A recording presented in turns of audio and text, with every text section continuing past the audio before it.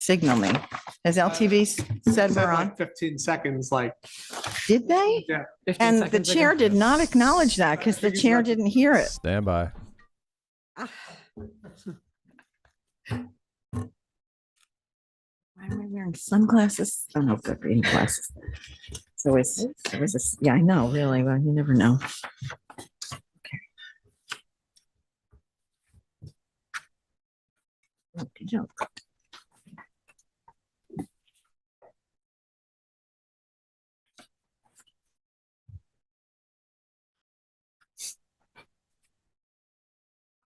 All right. Good afternoon, Yes. board. We're live and recording. You're good to go. Thank you. Thanks very much. Good afternoon. My name is Kathleen Cunningham. I'm the chairperson of the Architectural Review Board of the Town of East Hampton. Welcome to our first meeting of 2023, January 12th. I can hardly believe it. We have a couple of quick announcements today, and the first is that we're bidding farewell to Will Highland, who has been our planner assigned to our board for the past few months. He's moving on to greener pastures and probably a more exciting life in another community. Well, you know, I guess it's exciting for us in different ways. But anyway, we'll miss you, Will. We thank you for all your help, and Godspeed.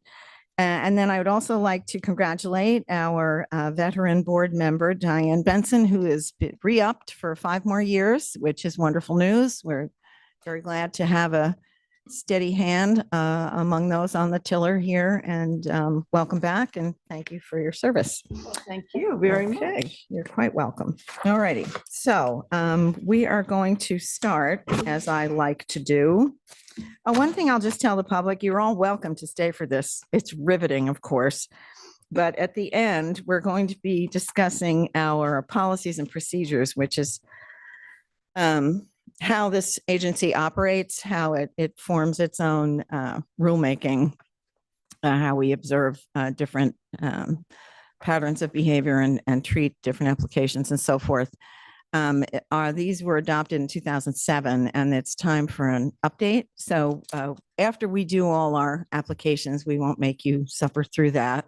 We will adjourn that meeting and go into this. Well, I don't know if we adjourn. David will tell me whether we have to adjourn or not. But anyway, we'll be going into that after we do the resolutions and so forth. So I just want everybody to know. It seems like a really short agenda today, but we have plenty of work ahead of us. So as I've been doing and am trying to teach myself and the public and some of our board members about the value of agricultural overlay districts and how they've been singled out in the code for a specific reason because of the special quality of that agricultural land. I've got a couple of things that I want to say. I'll read that the purpose of the agricultural overlay district is to reasonably control and to the extent possible prevent the unnecessary loss of those currently open lands within the town containing large and contiguous areas of prime agricultural soils. The economic, social, and aesthetic benefits which can be obtained for all citizens by limiting loss of such areas are well documented and have inspired a host of governmental programs designed with varying degrees of success to achieve this result. For its part, the town is expending large sums of money to protect existing farm acreage. Now, I'm going to interrupt that reading to indicate that when the town spends money, it negotiates with farmers to sell their development rights. So the public, every resident of this town actually has an investment in these agricultural overlay lands that have been so supported. So agricultural overlay districts have that special quality. Properties designated as being in that agricultural overlay district have been subsidized by the town for the purpose of maintaining areas containing prime agricultural soils. That's to grow food, not houses, just for the record. There is a real public benefit and interest in preserving and protecting these properties. The town of East Hampton is offering property owners a reduced tax rate that will serve as an agreement between the owner of that property and the town.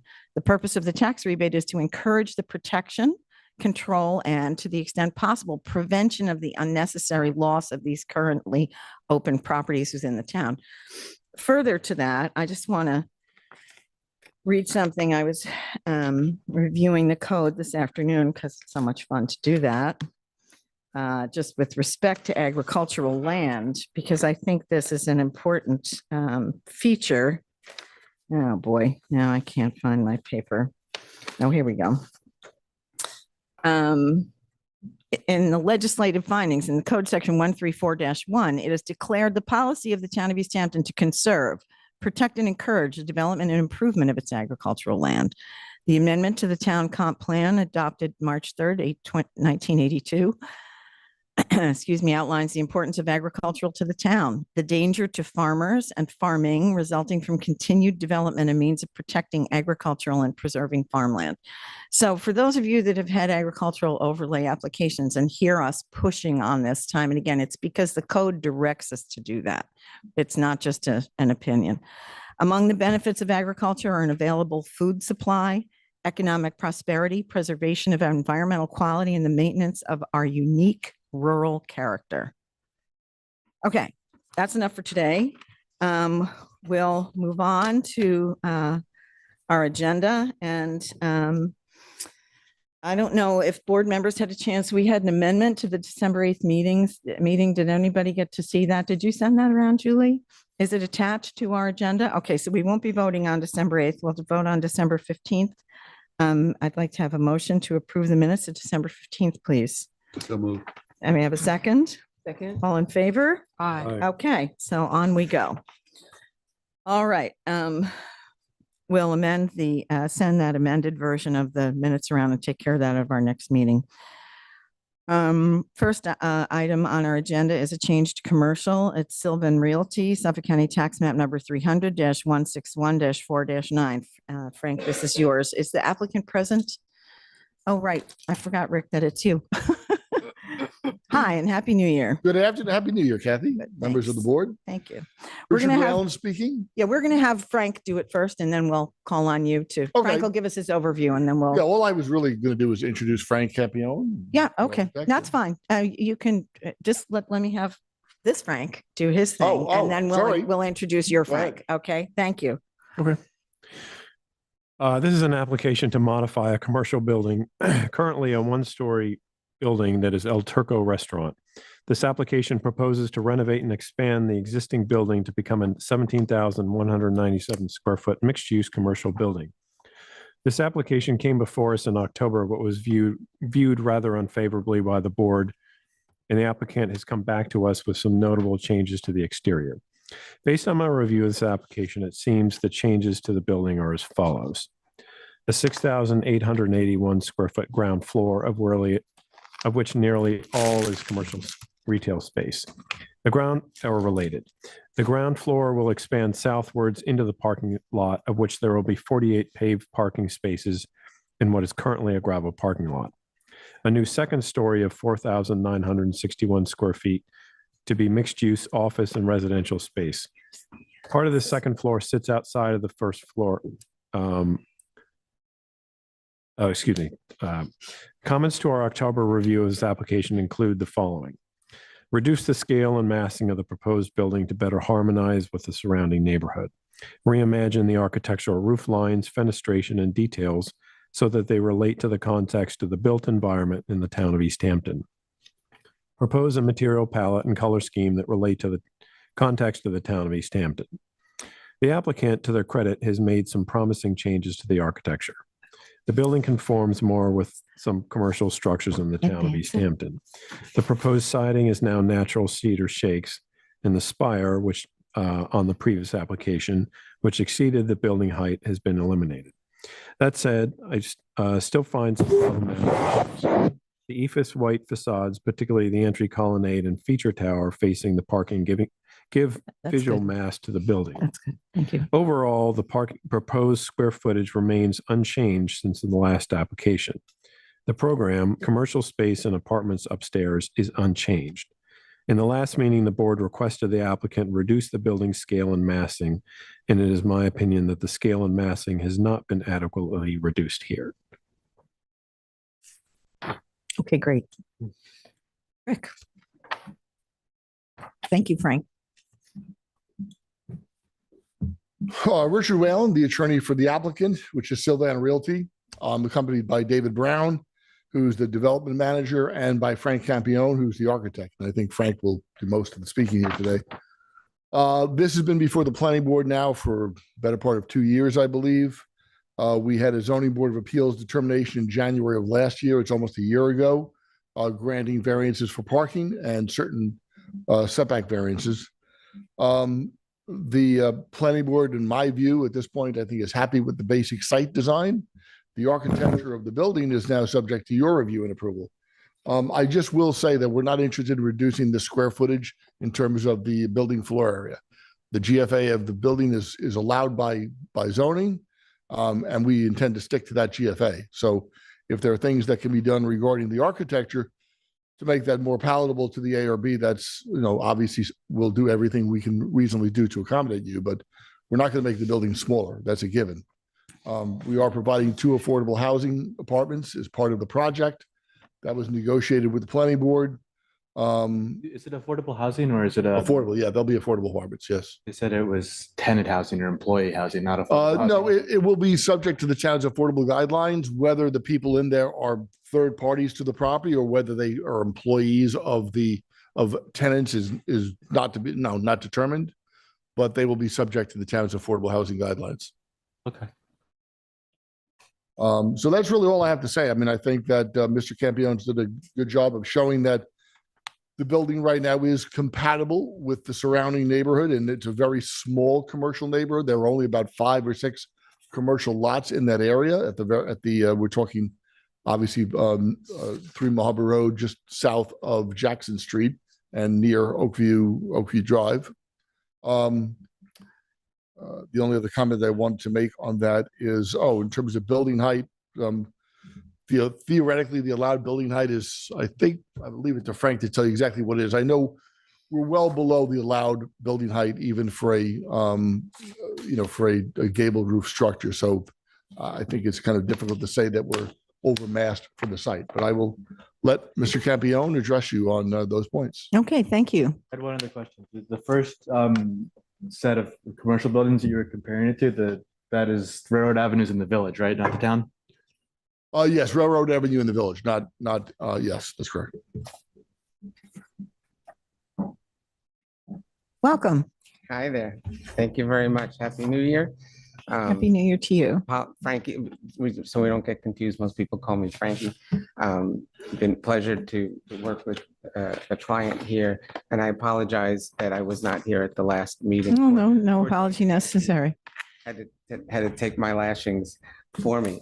Could you just give us your last name, please, sure, for the I'm sorry. record, and spell it? Frankie Campione, Campione, principal with Create Architects. Great, thank you. And at the last meeting, just so you know, I've watched the YouTube video, if not half a dozen times to understand everybody's needs, desires, and comments. We were introduced at the last meeting as New York architects. Do we know the neighborhood? All that kind of stuff. My parents have had property in Amagansett for 40 years. I have a home in Southampton for 30 years. So I may not be a resident. I'm a transplant. Been here quite some time.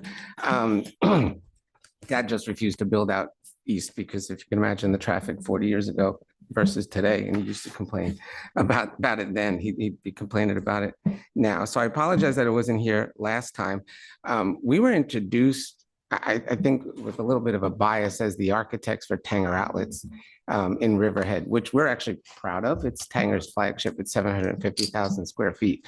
However, please don't think of us that way. We've done a monastery for 14 cloistered nuns. We've done a school for the blind. We've worked at 1040 Fifth Avenue, designing custom wall covering in Jackie Onassis's building. And what I think we're really good at, although we do a lot of commercial work, is listening. And I was able to review your comments over and over and over. And I don't take them, I think one of the comments was they were either offended by the design, which I apologize for as well. First time we did the monastery, I got a ruler on my knuckles as well, because they said, we're Franciscans and we don't do contemporary, you've got it all wrong. And we came back a month later with a design that was built on time and on budget. So we took our lashings here, David took them for me, but we really hit every single comment that was made one by one with a client that was willing to redesign as much as he loved the building the first time. So I've written a letter to you with the submission package, which hopefully you've received.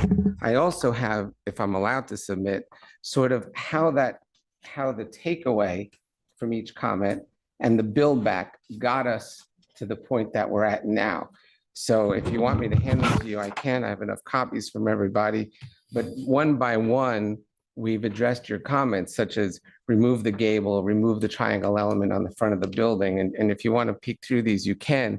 And what I'd like to do is then walk through am I permitted to submit these? You know what, generally we ask that any written documentation for an application be submitted before the meeting, so we Okay, have then I'll time to hold sort on of to them. review them. You could give them to Julie and she'll get them to us, and Okay. then You have the could- letter already. But this Yes, is just sort of I a- don't, I have the letter. I'm not sure all the board members have the letter, but if you'd like to walk us through it, I think Sure. that's fine. Sure. So some of the comments or all of the comments were addressed in my letter of December 7th.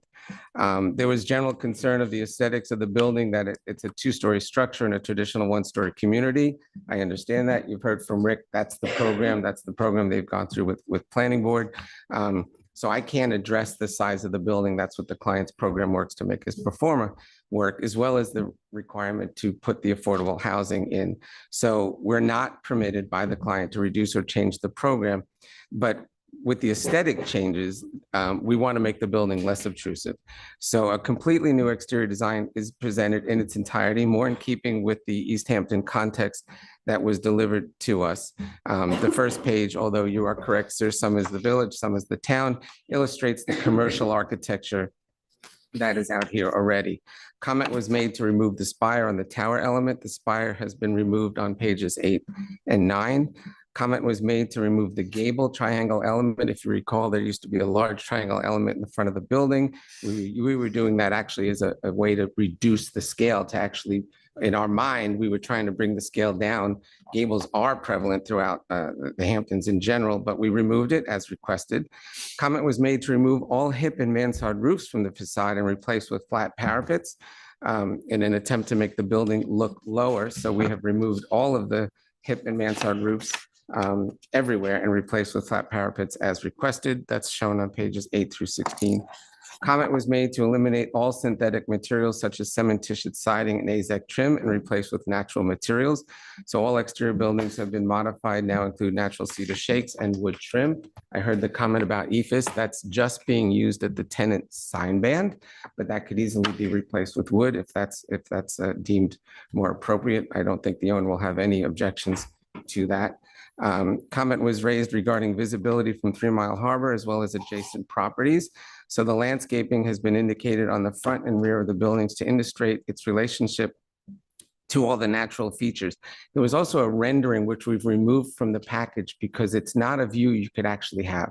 It was a rendering which gave you a false view from the neighboring properties that showed the right side of the building that you never could have seen, because you would have literally been in a neighbor's backyard to get that view. There's fencing, there's landscaping. So we've taken that out from the presentation packages, because I really would have been drawing a picture of a fence.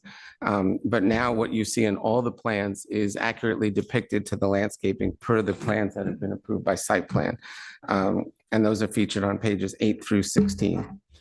Comment was made to relocate the trash enclosure from the adjacent residential properties closer to the street. So that's been relocated on page 4.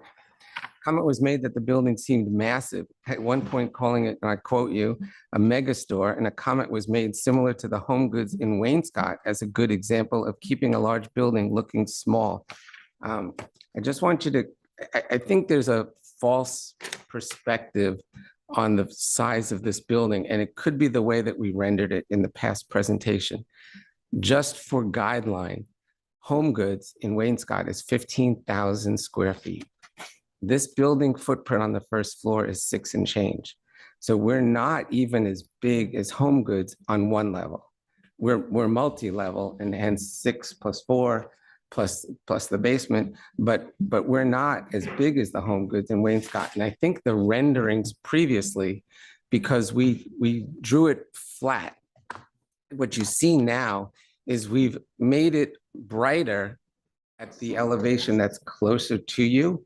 And as the building sets back in plan, we've I know made it a that's true, little but shadowed or shaded so that it's not looking as one long elevation. Because if you look at the footprint of the building in relationship to the elevations, there are layers and setbacks. So that's what we've tried to depict here. So I think if we can, there was a comment made about McMansions and all that kind of stuff. And I think the reality is there are McMansions out here that are 10,000 square feet and beyond. So just to understand the scale of the building, what the size of this building really is. Comment was raised regarding the existing building and what's being retained, and confirming this was not a scrap and rebuild. So that you could see on pages 9 through 12, if I can ask you to click, not only are we showing the comparison of before and after, but on 9 through 12, we show in green an overlay of the existing building, which you can see on top. So that's the existing structure that's there.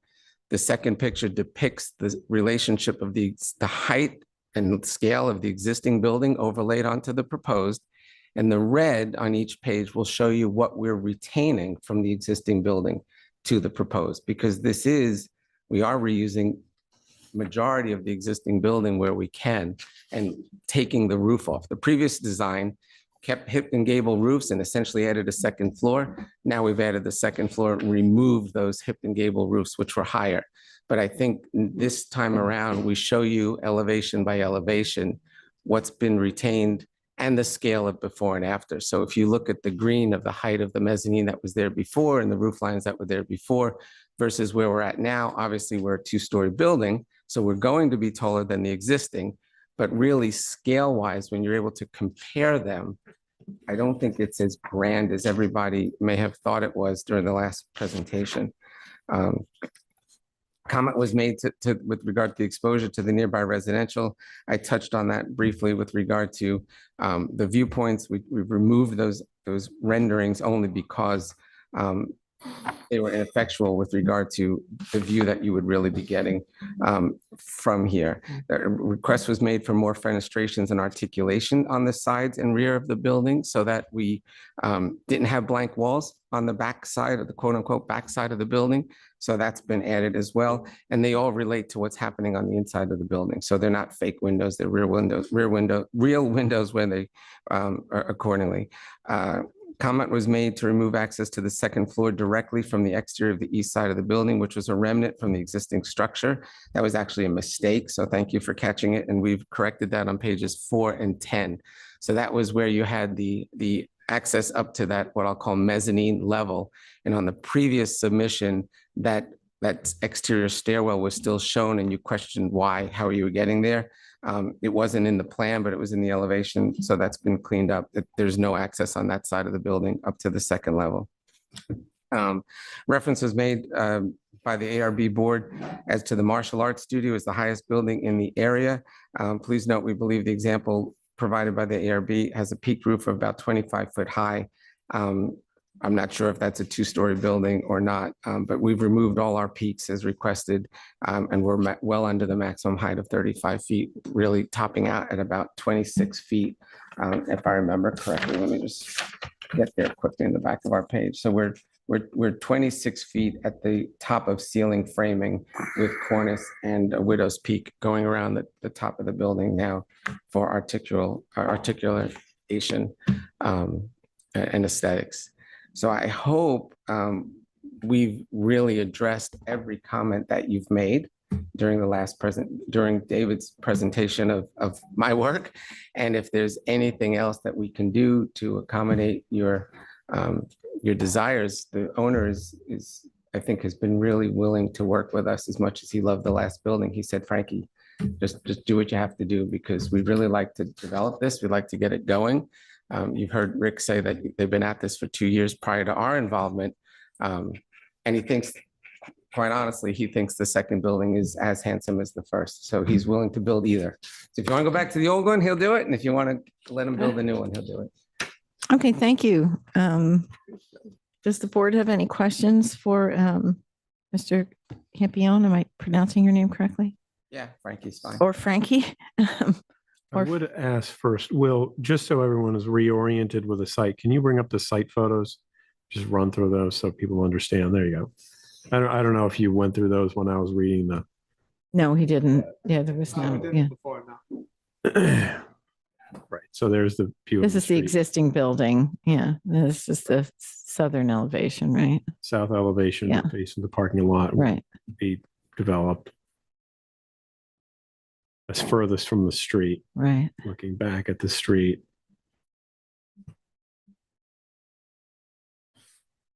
Okay. You want me to move this a little bit this way? It seems like people. Yeah, in the that might audience are be starting- good. Yeah, that if you can. Thank you. Okay. So What do you say? That's enough. Yeah.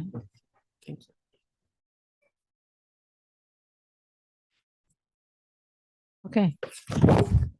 Well, thank you for your, I want to thank Frank for his real thorough review of this. It's been very helpful for us to have his attentions on this as he has done. And thank you for your point by point.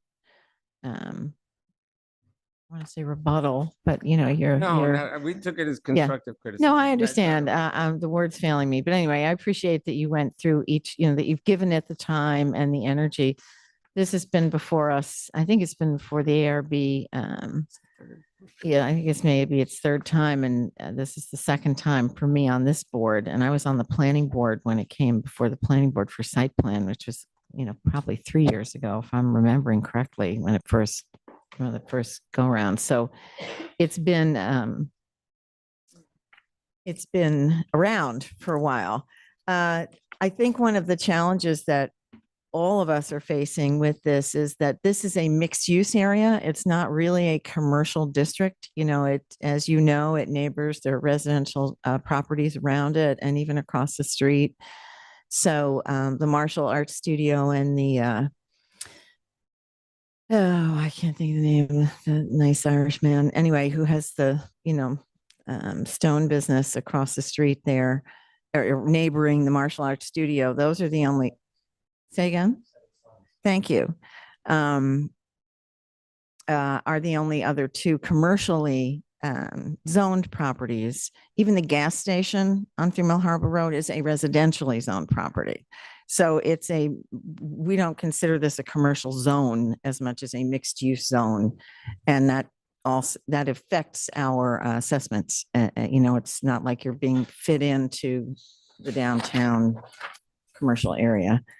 And I think that this board's main responsibility is to address mass and scale and the character of the building and how it fits into the community. And I know you've submitted pictures of other buildings that are in the area, but they're not adjacent to or neighboring in such a way that I think that it's, I mean, I think it's the best you could do. You did what you could. I wouldn't have done any differently if I were you, but I don't know that those comparisons, say to Daymark's, which to my mind, you know, it looks like the Parthenon, and you know, a couple of the other, you know, the martial arts studio and so on. I'm not sure that they create a community character by which we can say, well, this works with that, you know, or this particular design works with that.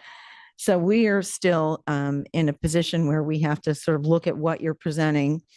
And I think one of the challenges is that it's just the second story in and of itself, I think, because as you know, by looking at the lot now, it's a one-story building, and that's what people are used to seeing there. So the tree line, I think one of the, you know, one of the comments that I remember us making about it was that the tree line would not be visible by, you know, some of these second story improvements, but I can see that, you know, your rendering shows the trees, so that's helpful. And I know that it is not this board's responsibility to deal with gross floor area, but mass and scale are relevant to gross floor area. So when we ask you to reduce the mass, that is going to have a corollary impact on the size. You know, it's an inescapable mathematical reality. And I think that my issue really is with that white tower, yes, it looks like an elevator shaft to me. I find that a little obtrusive. And just the way that second story on we're looking at the south elevation on the top here, right? And the second story on the back end, which I guess would be the north side heading east, that seems more massive to me. I don't know what more to suggest because I was on the planning board. We were happy about the affordable apartments. We thought that was a good attribute of this application. And I did, excuse me for a second, I did ask if they wanted to remove it because we heard the massing comments and the size comments from the last ARB meeting. So I asked the owners, do you want to make the building smaller? Do you want to remove the apartments? And they came back to me and said, no. No, I understand. I understand that that's what but just so we're understanding one another. We are grateful to the owner, to the applicant for coming back and, trying and revising and trying and revising. And it's been a long process. But this board has its own obligation to our process. And if the building is considered to be too massive, if the mass and scale is not considered to be in keeping with the character of this community, and that's what this board finds, then we would deny the application. So I'm not suggesting that that's what's going to happen tonight, but I'm saying this is where we are in this process of discovering what'll work and what maybe works less so.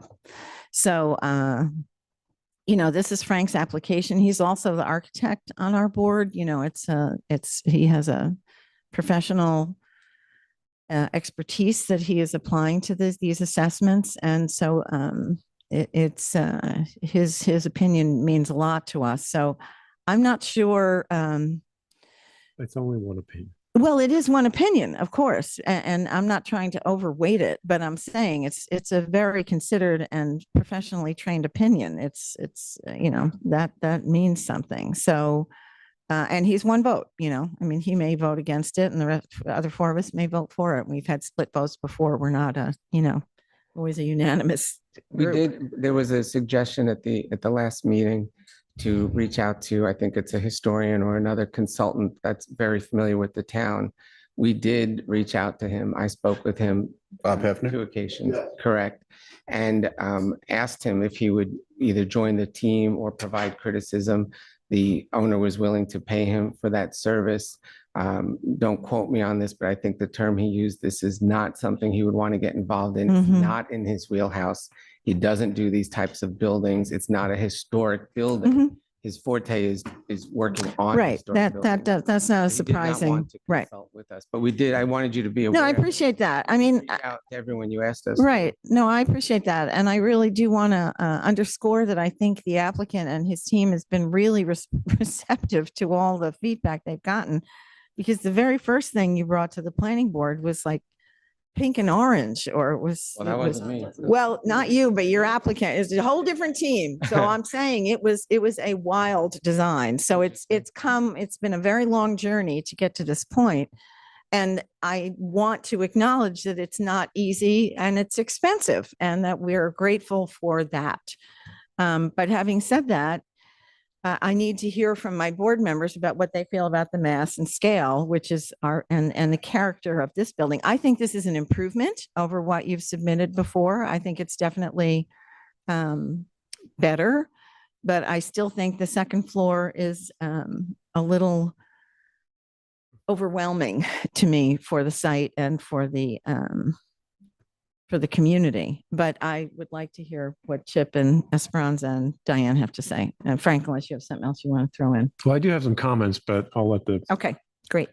So I kind of am favorable towards what you presented. I have issues with that tower over the front door. That smacks to me of Tanger Mall. I mean, you have sort of a Williamsburg, colonial revival window treatment on the second floor. It looks like they're paned windows, looks like they're green shutters, but that's very traditional and that's sort of a pleasing look. But then you've sort of slapped this small stuff around it, which is where the tenant sign appears, that big white, block there. I mean, the tenant doesn't need a block that big for their name. and you've got that elevator shaft that Kathy said, I think the building would look a lot better and a lot more modest if you took those two items away and scaled them tremendously back. And we'd basically have a storefront with a Georgian second floor, assuming you put paned windows in and green shutters, but that would make it much more appealing as a building in a neighborhood that's sort of a little bit of everything. I like that idea. I agree with you. Yeah, I wondered, and maybe this question was asked and answered in last meeting, but that tower that we all so far seem to have concern with, does that reflect something inside the like, is that an elevator Yes, shaft? and I'll hold it here or I could submit it, but I don't know if the owner wants it. What's coming across is a tower, and it was in the last design. It had literally had the peak on it. Inside the building at that point will be an ADA elevator. Okay. DeMarc's market was used as an example. If you look at an aerial of that building, I assume I have not been in it myself, but I'm assuming they have an elevator in there as well, because they do have a peak in the middle of the building. Which building are you referring The to? market. Oh, Daymarks. Oh, I thought you said I the think you're market. confused about Daymarks. That was supposed to be a two-story building with affordable housing on the second floor. Okay. As it was being Sounds familiar. constructed, they scrapped the second floor, they scrapped the affordable housing. So it's one big atrium space. now. Okay. Mhm. But if you look at it from the exterior, there is a square element in the middle of the But that building. elevator could be Probably where anywhere. the elevator was But going to that go. could be because anywhere. Keep in mind where the elevator is, which we're going to need additional headroom just by the construction of an elevator. So that occurs in that entry feature. And why we keep giving a little emphasis to that in the design is because the intent is that there is a tenant or two on the first floor. I know there was concern of megastore, but it is more smaller shop type thing, or one tenant at 6,000 square feet, plus or minus. And then we wanted to give a potential second floor office tenant their own signature entry as well. So we've either done it with a tower element or a change in color, but it's in line and it's not protruding out separate in elevation. So if you look at the floor plan, although I guess in color, find the it's floor plan, and it's please? also on the right-hand side versus the left. So it's just rounding that corner there. We can change the color. I don't think the owner's going to have any objection to color changes. And to that extent, we can change the tenant sign band as well. There was a comment for it not to be Drive It or EFIS that we can change. Some of that has to do with leasing, quite honestly, right? While we don't want large signs, a tenant does. And the tenant will have to come back to you. Your and signs are regulated by us, so Right, the you're not sign- going I was to just have a about to large say, sign. They're going to Yeah. come back to you Yeah. and submit their sign package anyway, but we usually need to give them a field to put it on. Leave that But there your for the field- moment, your Will. field- That's sufficient. Yeah, your field far exceeds any sign we're ever going to approve. Okay. You're maxed out Mm. at 32 square feet. Right. So that would be 8 feet by 4 feet. Yeah, I think Chip's. Well, our sign, the word tenant there is much smaller than 4 feet It looks huge in your renderings. Yes, well, because of the white Well, it's band. because of the- not The whole tenant thing sign looks itself. huge, yeah. Right. But again, I don't know how to portray to you that the building, I don't know why you keep thinking the building is so large, other than the added second story, because the footprint, it's a 6,000 square foot footprint. So it's not a large building. To go back to the home goods reference, that's 15,000 square feet. Can that be Right. true? Don't we have a cap on buildings like that of 10,000? David, is that 15,000 square feet? Home goods? I don't think we have 15,000 square foot buildings in this town. No, One- Wayne's, I'm talking about Wayne's. I know the one you're talking about, but I think it's 10,000 square feet. I think that building has a limited context in terms of our discussion, because what is around, obviously a big part of context is what surrounds it and what other other spaces are around it. And it's at the end of a commercial strip, and this is different. In terms of this, we're talking about the mass and scale of it, and it sounds like what I'm hearing, and this was is it, I think your drawings are a good effort to explain the architecture, but I think more it would help the board. It's hard.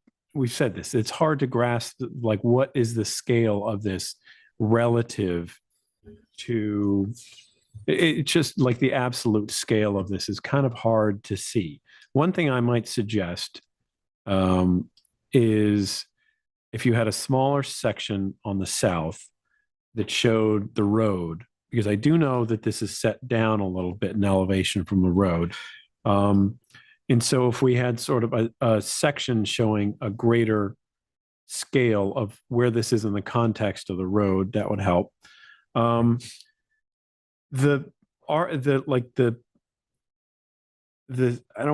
I call it like the oblique facade that is not rectilinear with there's always a difficulty in presenting drawings of something like this, that it's basically presented in a flat, one tends to read it in a flat plane when it's not. Right. So I think for me, it's, and you see it on the middle right drawing, but it's hard to conceptualize 3D how this is.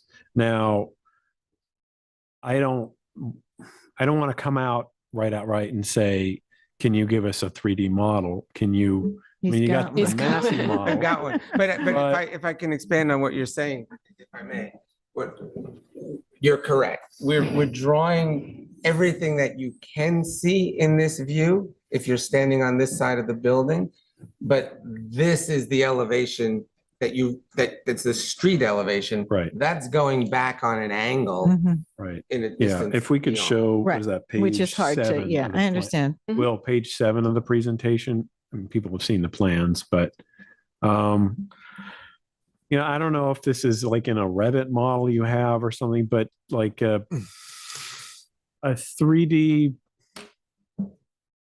massing of this sort of overhead would, I think, help people conceptualize this more than a elevation. And related to that, I was wondering, I'll wait for you all to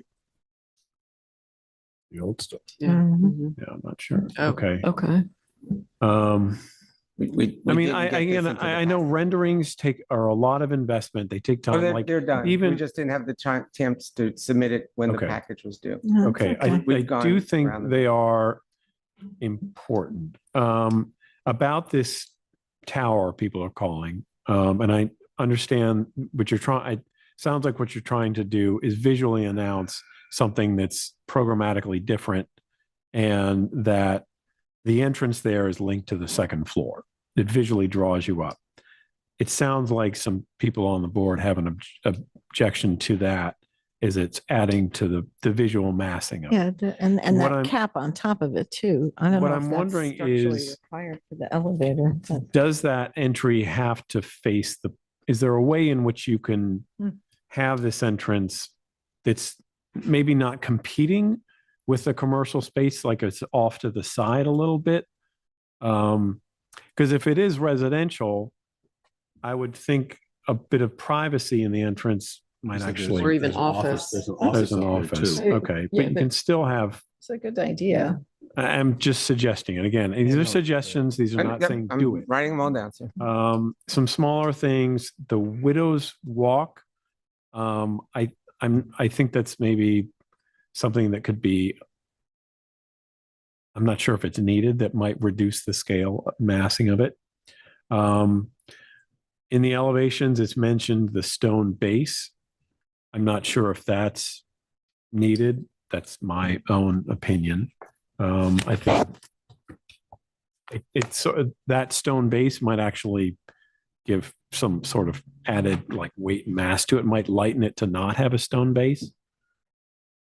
And in terms of overall scale and massing, I just want this for particularly the developer to understand this, that as we proceed down the road of refinements of design and suggestions and coming back to us, that to not underestimate these comments about mass and scale, that no matter how much we may go down and refinements get done to the overall design, pay attention to, it's just pay attention to comments about massing and scale. Because as much as visually some things can change, the overall size of the building is not. I mean, it is a question I have perhaps to the owner, or like, why is the square footage size non-negotiable in this? I'm not the developer, but one You're would, not the owner. I understand. one would argue that that has to do with the cost that he's going to get per rent to pay for the renovations. I mean, I haven't had a very specific discussion with Rick Van Benschoten about this, but he has to build a new structure, obviously using part of the existing building, but we're going to build on top of that. We'll be using cedar shingle, siding. We have to put in a brand new low nitrogen septic system for the entire facility, drainage throughout the entire parking area, and rebuild the parking lot, build a parking lot, because all you have right now is sand and stone, and landscape it. It's very expensive to do all that. And at the end of the day, you want to return on it. The idea, this sort of issue sort of came up in a different way. It wasn't around the size of the building necessarily, but this property in the early 2000s was zoned commercial industrial. The neighboring property to the north was the, what's the family again? I know the one you mean. Yeah. Can't remember. Low Cullum. Yeah. Machine shop. Right. So it was zoned CI, okay, at the time. I represent them. We went in for zone change to neighborhood business, which the town board approved. But one of the things that came up at the time was, well, this could be there could be a lot of traffic associated with this. People were thinking at the time, for example, will there be a bank there? Because back in 2005, 2006, banks built brick and mortar buildings. They don't do that much anymore. Part of the counter argument was the more people that use this facility, you're at the northern end of the East Hampton Village, basically business district, even though it's outside the village. If you can intercept people coming down from Springs or from Northwest Woods via Oakview Highway or Springy Banks Road, and they can do business here, whatever service they get, and turn around and go back, and they don't have to enter the village, that's a good thing. So you don't want to unduly restrict the types of things that could go there or the size of the building, because you want it to be large enough to be useful to people. And there may be people, as I said, that can come down and whatever. We don't even know what the tenant is going to be here. We're assuming it'll be retail downstairs and office second floor. It'll certainly be office on the second floor. But you don't want to make the building too small to not be useful. I mean, that's part of it. And the other thing is you need a certain size to make it worth the while of all the expenses associated with it. So we're very, very reluctant to reduce the GFA of the building. And if we were to reduce it at all, the amount that we could afford to reduce it by probably wouldn't make a great difference in terms of what you're looking at. And honestly, the first thing that we would look at, and we've been very resistant to doing this, is the apartments. I mean, the apartments add to the second floor mass. Right. The planning board, Right? sorry, I think it's two. there are two. Yeah, there are two. on the Planning board has southeast really side. wanted that. Offices upstairs? On Sorry? northeast side. And how many offices upstairs? Just the, office, right now, the intention would be one. Okay. Although office can be under the town code, multiple offices still counts as one office for parking purposes. Right. But the idea probably is that probably one office upstairs and one retail stand down. You're only talking two uses All right. plus the apartments. Well, thank you. That's helpful. And I think that helps the board to understand. I'd like to move along because this is our first application. We're 45 minutes into our Big one, though. our meeting. It's a huge one. I'm not saying we should rush it, but if anybody else has any other comments to the applicant, I'd like them to make the offer. I mean, we want to give this as much consideration as we can. I think we are doing that. We understand that this is an investment in the community and are grateful for the applicant's willingness to, keep working with us on it. But I feel like we're not there yet. Diane, did you have something you wanted to add? I appreciate all the thought that has gone into it and the changes you've made. And I think what's there now has been an eyesore for a very long time. So it seems to me that there's a very conscientious desire here to improve that. It's a very obvious spot. So I think part of the problem is we know what an eyesore is there now and how it's been, in my view, very poorly maintained over the years. So you're fighting that to even get to this. because it's such a dismal looking property at the moment. Well, and I also think that part of what you brought up in your first criticism, of course, and what Frank said too, is I think that tower and that white band there, that field for that is so striking, and it leaps out in a three-dimensional way, even if it's not meant to. I think if there's some way to soften that, I don't know if it's possible to take the cap off that elevator shaft, because it's where your eye goes when you look at this, and it is the biggest mass, as an individual component to the building. It's the largest, it's the highest thing. If you could come back with something that was, a lower profile there, and I would reduce the field over the, and maybe do some work with color. I mean, the white is, that white with the cedar shake. I mean, that's all an improvement. I just want to make sure that I'm accentuating the positive here, because a lot of this, you have taken much of what we said and employed it, and we're grateful for that. So I think the cedar shakes are good. The white trim looks fine, but these large expanses of white, I think if you can reduce them in size and structure, and also maybe consider, breaking that up in some way, and maybe putting cedar, I don't know. That's not my. Yeah. So, I mean, I think you've done yourself a disservice. This tenant sign is like equal to 3 front doors. So this thing is not in scale. So in presenting this to us, it throws the whole thing off, because that sign can only be 4 feet by 8 feet. And yet I look at the double front doors in the elevator shaft, and they're much narrower than your tenant sign. So I think you've got to get this stuff to scale. And I think the best thing we can tell you is you need to simplify. Get rid of the elevator shaft. Get rid of this giant thing where this plaque where this tenant sign goes. Simplify the building, and it will look much, much better. Maybe remove the widow's There's- walk there's as remnants of Frank a mentioned. shopping mall here, and I think that's what you're up against in terms of us not being favorable. Yeah. I mean, you're headed in the right direction. from the last one. definitely headed in the right direction. Yeah, I'd say you're on Yep. more than halfway there, Yeah. but you got to refine the stuff, and you're doing yourself a disservice by not getting some of these details correct. Yes. Does anybody else have anything for the applicant? Frank, did you have something more?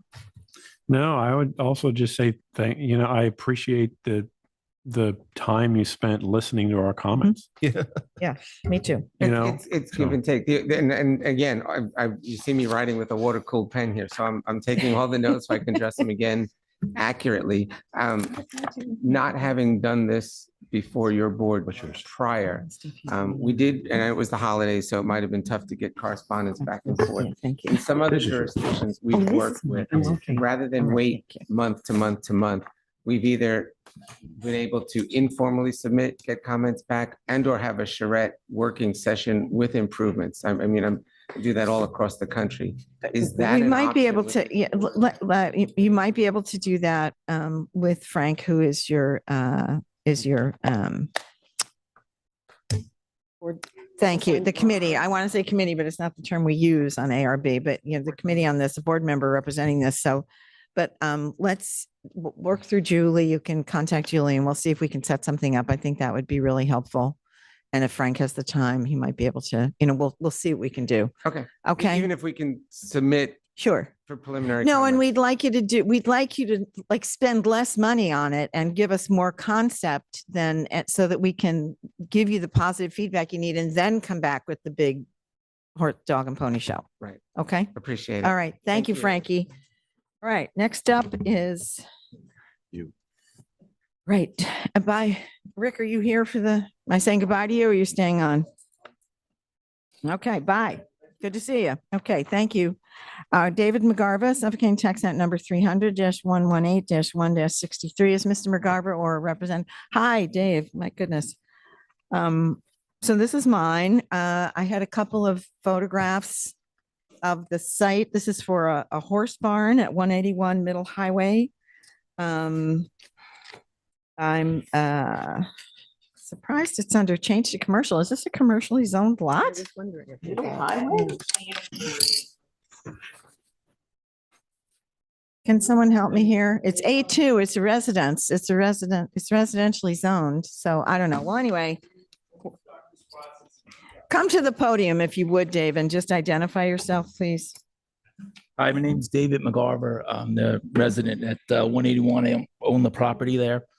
So in 2005, we started this process, and there's also in your notes, they'll say that the ARB was happy with our design and everything like that. But through the years, we didn't proceed with the process, and now we're trying to proceed with it. Okay. For some reason, and I don't know why, this is a residence, okay, and they pushed it into the commercial. So we went through with everything with the commercial, with what we have to do. We, with the handicap parking spaces, we set all that up, and you'll see it on the plans and stuff like that. I don't know why it went that way, but that's Okay, what well, we're pursuing. Right. No, that's fine. I mean, I assume because it's a horse, because you must be giving riding lessons or something, right? Or you've got some kind No, our of, No, plans it's just the weren't that. location of it. say again? It's the location of it, right? It is, but it's A2. It's not, it says zoning district A2. A2 is a residence zone. No, but it's an agricultural land, though. Ah. That's why. All right. Well, that's it then. That's why So we it could should have clear. been on That's ag why we could overlay. clear all the Yeah, property. Good Lord. Okay. So this is a hot mess. Okay. And Well, that picture doesn't show where the barn's going to be. That's okay. Well, I was basically- guessing. Yeah, that's right. That's basically. And your the- cow was really, really happy to see me. Yeah, that cow. just That's mooing more away. of where the barn would be. It's what? That's more where the barn More, would be okay. there. That's what my understanding was. My sense from reading the survey was that paddock is to the north of where the barn would be. Is that, I mean, Yes, yeah, correct, okay. correct. All right. So a 2,000 square foot barn is proposed in this general area. If you could just go to the survey. One thing we're missing on this, Dave, is I didn't see any light fixtures. Were you have- proposing to light? Because even on the survey, it doesn't show lights No, on the I don't- outside it of was the. originally on there, but I have the lights that are exactly going there. They do. Okay. They All right, did have well- on the barn there where they were. It didn't, I don't think it indicated. I didn't see any on the elevations. That's the survey. Yeah. But the elevations, there are elevations too that show the design of the barn, which is typical and appropriate, but there were I didn't see any light places where lights would go. And there's only one on each side, one over the door. Obviously, there's Okay, one. well, okay, over the but here's the doors thing. here. We're not, right, we're not It's not accepting show and these. tell. It's not show and Yeah, tell. yeah, we're not accepting these at the meeting. See, that this is, I want to be able to accommodate you, but I don't want, if we submit information during the meeting, the board doesn't get a chance to give it a full review. And so. Okay, we'll- I we'll just have brought to- them with me. No, that's fine, because I mentioned to Max, who was working on your Right, that's why I something. brought 'em. Yeah, that we didn't have that and we needed it. But if it's not depicted on the elevations, we don't know where they're going to go on the barn. And I couldn't find them. I'm not, an expert, but if someone can notice them anyway. And it said proposed cupola. I don't know if that's supposed to be, if that, is that you might put it on, you might not put it on, and does it meet? But as the- of now, it's going on. Okay, and does it meet the Yes, it does. pyramid law? Okay, so that's the only, I have no objection to this. If you go back to those photos I sent, 181 Middle Highway this property is way off Middle Highway. It's way in the woods. No one can see it except the neighboring lots. And it's How big is the property? 5 acres. it's 2 acres, 2 acres. Is that, The property's 5 acres. property is 5. So then why is it zoned A2? That doesn't, there are some inaccuracies. How could it be zoned A2 and be a 5 acre lot? Is that right? We have an issue like. We have that? Okay. All right. Okay. So, all right. Well, I don't have that information as part of this application. So the front yard of the barn, the setback from the front yard is 1,222 feet. And the rear yard is 80 feet. It fulfills all those requirements. I can't imagine there'll be an objection even from the neighbors. There is a neighbor to the north or the east? No.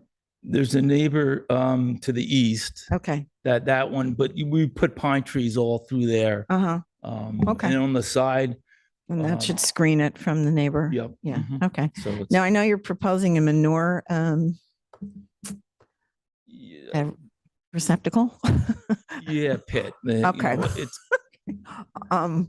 And that won't, well, anyway, that's probably not our planning, but- purview, right? I just worry about yeah. odors, Back and stuff but- for it. Yes, like- preliminary, yeah, yes. Okay. As soon as we get an okay from you guys. Yeah, I don't then know. we'll- That's what I also have to we'll get give from the him. okay to Yeah. the building. What we also need to know from you, Dave, you're gonna have to send us a few more things, is what the materials are on this barn. What are you proposing?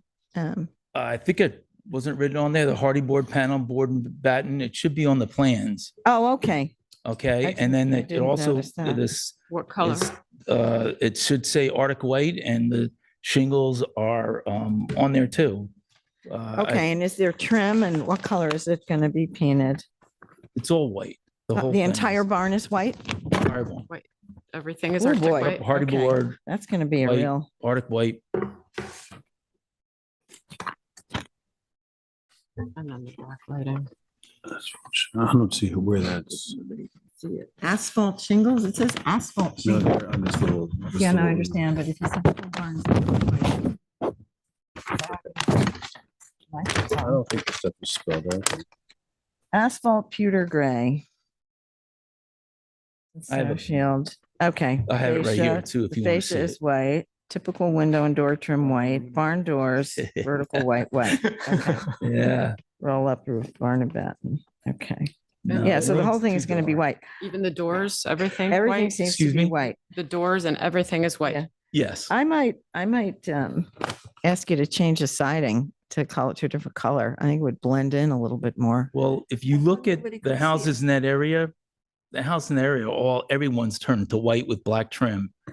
And so it goes And soon with it'll be that. black I on mean, but it's no black trim. I'm not doing that, but Okay, now I was just thinking about reflective light too, if it's white, it's just gonna be like on a sunny day, it's gonna be Blinding the cow. blazing. Yeah, I mean, I think so. I would consider that. But otherwise, and asphalt shingles are not gonna be white, I assume, right? Pewter no, gray. those are Yeah, the okay. pewter gray shingles. okay. That's, yeah. So there is no lighting. Yeah, that's what I couldn't So it find needs any to lighting. show So us. we need you to bring these plans back with the lighting, like where the lights are going to be I'm sure everything is fine. As long as this is dark sky compliant. Generally, these goosenecks are fine, but I can't approve that tonight until it's part of an official submission and the where the lights are going to go on the building are depicted on your elevations. Okay, Right. all right. On the site plan, do you have that one? I looked at that when I was home and it was on the site plan.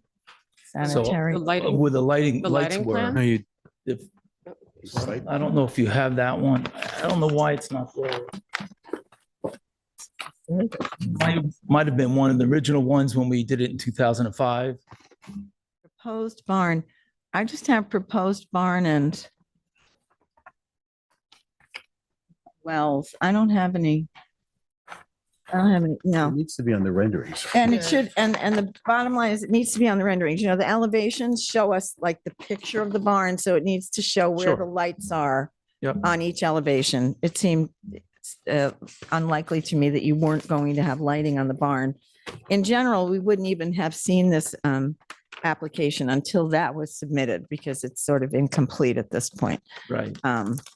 But in my general opinion is that I'm favorably disposed toward this, but we can't vote on it till we Sure. have a complete application. So if you can just get that, Building. say again.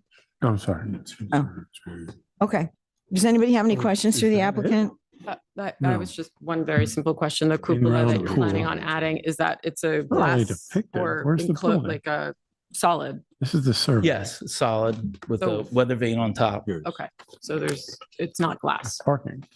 Excuse me? It's not glass. Oh, before. Well, It's not really. That one there is solid, but I think it would look nicer with the glass on the top going around it. So that so- we need. So if 550 on the application. you need that on the drawing, then I'll change it to what it is. Yeah. 2000. So you're intending on glass? There's no sort of like. I would like to do that because I just did the pool house and the pool house has exact same smaller one with glass on it. and it looks kind of nice. So I would like to do that with the barn too, to match. And no light?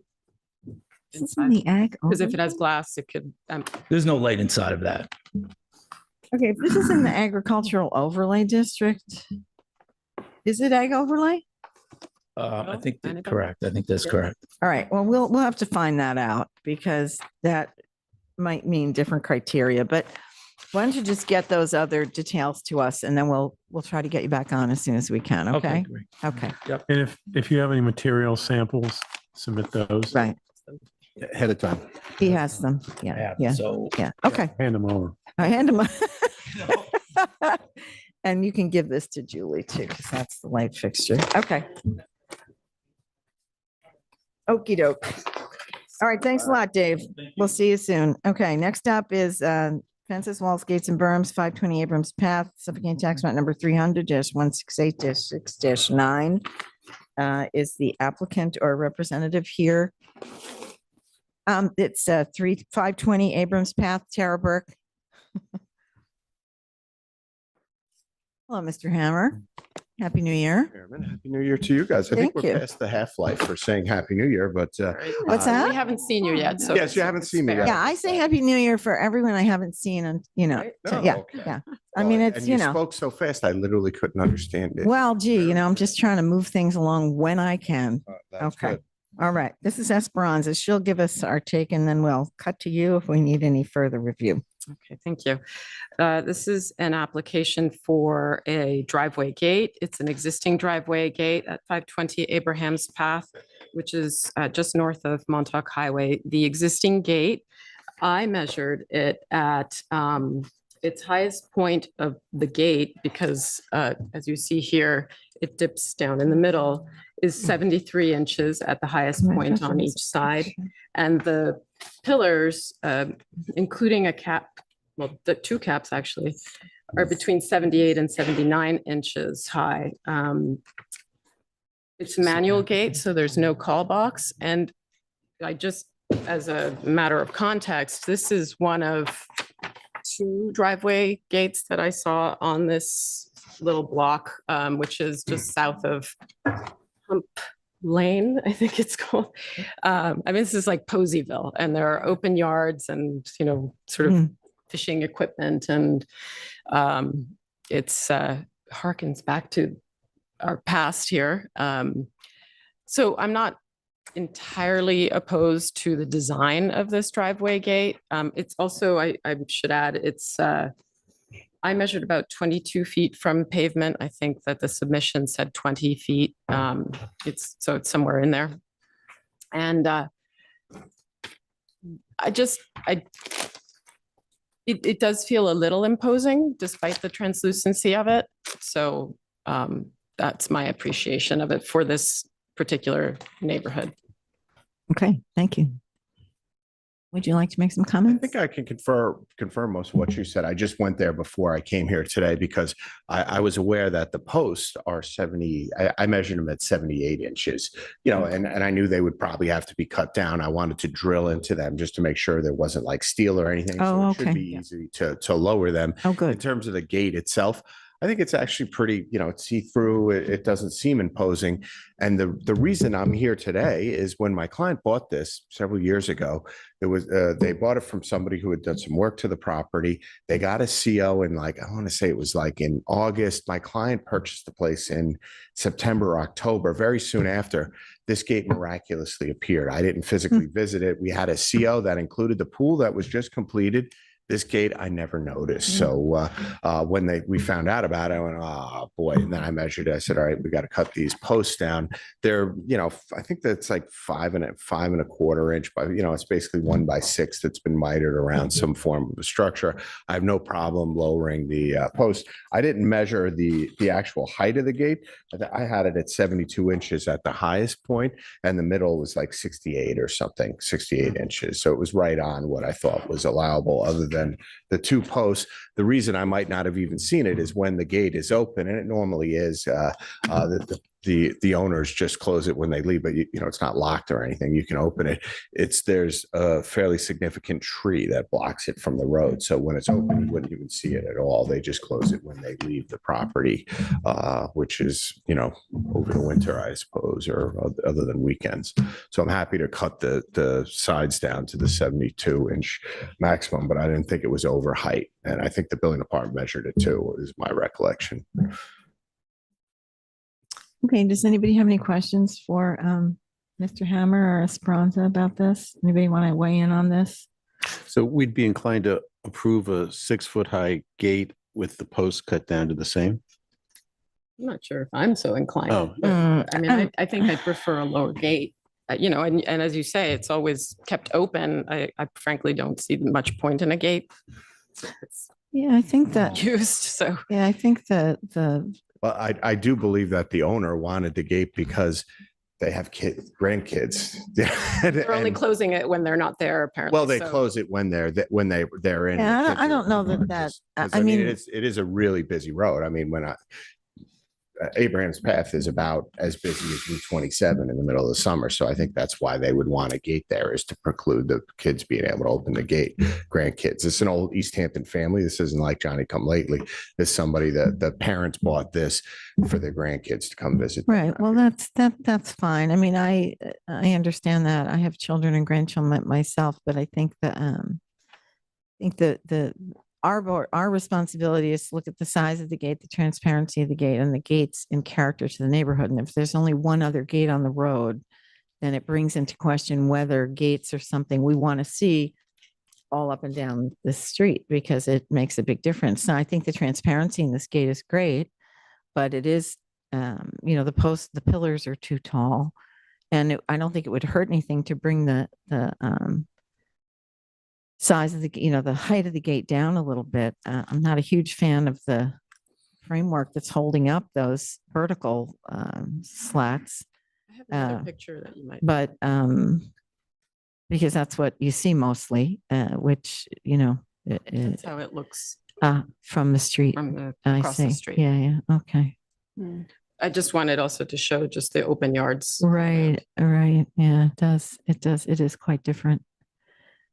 And it has more, it's in this view that the background is, you know, sort of fills in the transparency a little bit, and there are evergreens. So I would be inclined, if they wanted to make it smaller, I would, you know, a shorter gate, bring it down to 4 or 5 feet. That would work for 4 me. feet doesn't need your approval. Right. Well, for So- 4 feet, you don't, but for 5, you do. So what's that? I didn't say anything. Okay, just looking at me. No, I just think you guys should consider the opacity, Consider what? Consider what? the fact that it's open, pretty much. It's Like Yeah, no, it's a 90% very opacity. translucent gate. I What's open, David? The land or the You gate? mean the gate is It's transparent, or the not like, gate is? it's not a solid, It's not a No, solid. no. Oh, okay, so you mean the transparency of it, not whether it's open and closed? yes. Okay. Yeah, no, we're definitely taking that into consideration. I just call into question the continual proliferation of driveway gates. That's just for a neighborhood that really Kind of doesn't. staring at it. I have looked it up this. where it is. you know. Okay.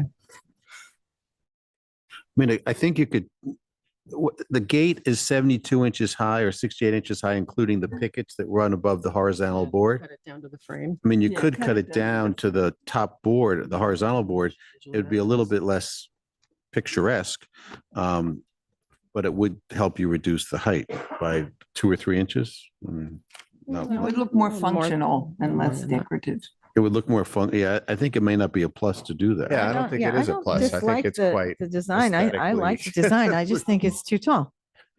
There's 68 inches, give or take, or You'd really there's have to cut it 78 down. inches, I should say. Right. They Well, should that be would, you know, if they 72, wanted and they're to- about 6 inches too high. But none of the this is just hinges or applied or anything it's are within that implemented. 6-inch area. It would be I fairly mean, it easy to doesn't cut it seem like down. it is, because Yeah, it so it's gotta should be cut down. Right, regardless. Yeah, that should be yeah. sufficient, the top What's and that? bottom. It has to be, The pillars have to be cut down. pillars are connected to the gate. It's all one structure. Yeah, I do too, but, No, they're separate. you know, The pillars are. I think it's got to be shorter. okay.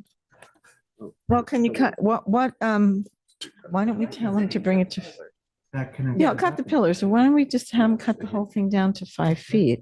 Well, And, yeah, I uh, guess you call it that. That's one. yeah. Can you cut it down to 5 feet? Well, we could do a lot of things. The question is, are you allowed to demand that from me? I mean, I'm not the owner. I don't think that the. Yeah, I'm code allowed to says do, that. we're allowed to do, Less intrusive we're than- allowed to suggest that to you and you're allowed to receive that suggestion. Okay, well, I'm not the owner. I would Okay, have so to you'll s- consult with your applicant. To advise the board, the pillars which are connected to the gate by hinges are too tall. They're, Yes. yeah. Right. we- So they, everything so, is- that- yeah. so, but we're suggesting that while they're bringing the pillars into compliance, that they also reduce the size of the gate to keep as a because there are no gates in the neighborhood and it would make it less obtrusive if the gate were smaller.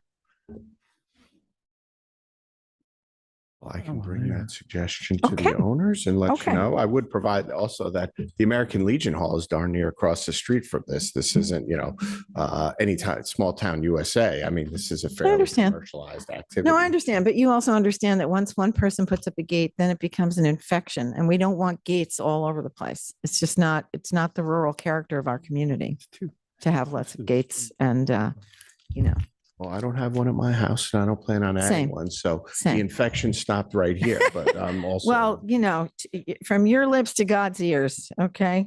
All right. I will. get Thank that. you. Thank you, Mr. Hammer. We look 4 forward feet to as you. of right. Yeah, 4 feet as of right. I Yeah. think there's also a gate caddy corner to it on Montauk Highway Mhm. side of that property where there's a gate at that one. Okay. Well, who knows if that's even legit. Right. All right. Next up is number 4, unbelievably, Bruce Saber, Suffolk County Tax Note number 300-91-1-19.41. Excuse me, 0.14. Said that wrong. Is Mr. Saber? Mr. Or- Chavez is Ramon Chavez is this guy. Oh, hi. Hi there. How are you? He was laughing. He was laughing. Oh, okay. This is Ramon Chavez from Halcon Gates and Fence in East Hampton. Okay, welcome, Mr. Chavez. We will have our representative, Chip Ray, give his report on this, and then Member Ray is his application to review for the board, and we'll ask you to comment when he's done, okay? You can stay right Stay there. right there. Stay right there. Will, That's can you bring fine. up the photos? Okay, this is 15 White Pine Road. So this is an application to install a set of driveway gates on a very secluded flag lot off White Pine Road in the Northwest Woods. 4 properties share a common easement road about 200 feet long. That goes off the cul-de-sac that White Pine Road ends in. This is a 1 acre property at the end of the easement. So it's at the very, very end of White Pine Road, and then you go down a 200-foot easement, and there it is on the left. Applicant would like to install a set of 5-foot-high clear cedar wooden gates with a checkerboard of open squares. What you're seeing there is the current fencing that frames the entrance to the driveway. That would disappear, I assume. The set of gates would be 15 feet, 2 inches wide, mounted on 11-inch square cedar wood posts. The gate would be 20 feet into the property and replace this fencing that's there now. Part of the existing fencing that's there is slightly off the property. This is a neighbor's gate to the right. While the adjacent pool fencing, there is pool fencing around this property. It's in a combination of 4 feet, 6 feet, 8 feet tall deer fencing. The property itself is not fenced, so the gate would be a standalone entity. 2 of the 4 properties on this private easement road have 6-foot tall driveway gates. This is one. Will, would you bring up the other? So that's the second one. All things considered, given the remote setting of this application, I have no issue with the proposed 5-foot-high gate as long as the proposed gates and posts are no higher than 5 feet. Is there a rendering of it? Do we Yes, need- Yeah. Okay. yes. Will, you have their drawing? Yeah. So the material is clear cedar. Right. Would it be painted or just unfinished? It's going to be Clear. clear. Yeah. Clear cedar. So Ramon, you have 5-foot-2-inch posts. The Yes. posts cannot be higher than 5. If we approve this, that everything has to be 5 feet. You can't have the Okay. posts higher. Okay, no problem. I it's- can it's- talk to them about that. It's only 2 inches. We can. Yeah, yeah. Got I mean, the it's, 2 it's, inches it's, is- it's open. It's better than the neighbors Mhm. by a Yeah, it's mile. And no one in the world will ever see it. It's the most secluded spot in the Mhm. Northwest Woods. So Just make sure it's the height of the gate, right? That from the Yeah. from the grade, Yeah, we have to. not put the post, Yeah. like I not get the it. panel. It's going to be 4 inches of the bottom of the. Okay. But Then the that, panel is 4'8". Yeah, yeah. Don't make it 4 inches, then 5. Yeah, right, I- because I- you I understand. did Several for you already. Yeah, yeah, yeah. but- Yes, no, I know. I just wanted to, it helps for us to say that. Okay, does anybody have any questions for Chip or Mr. Chavez? no. Okay, then I make a motion to approve this application with the, emphasis that the gate and the post can be no higher than 5 feet. Measured from grade, right? Okay, may I have a second, please? Second. All in favor? Aye. Any opposed?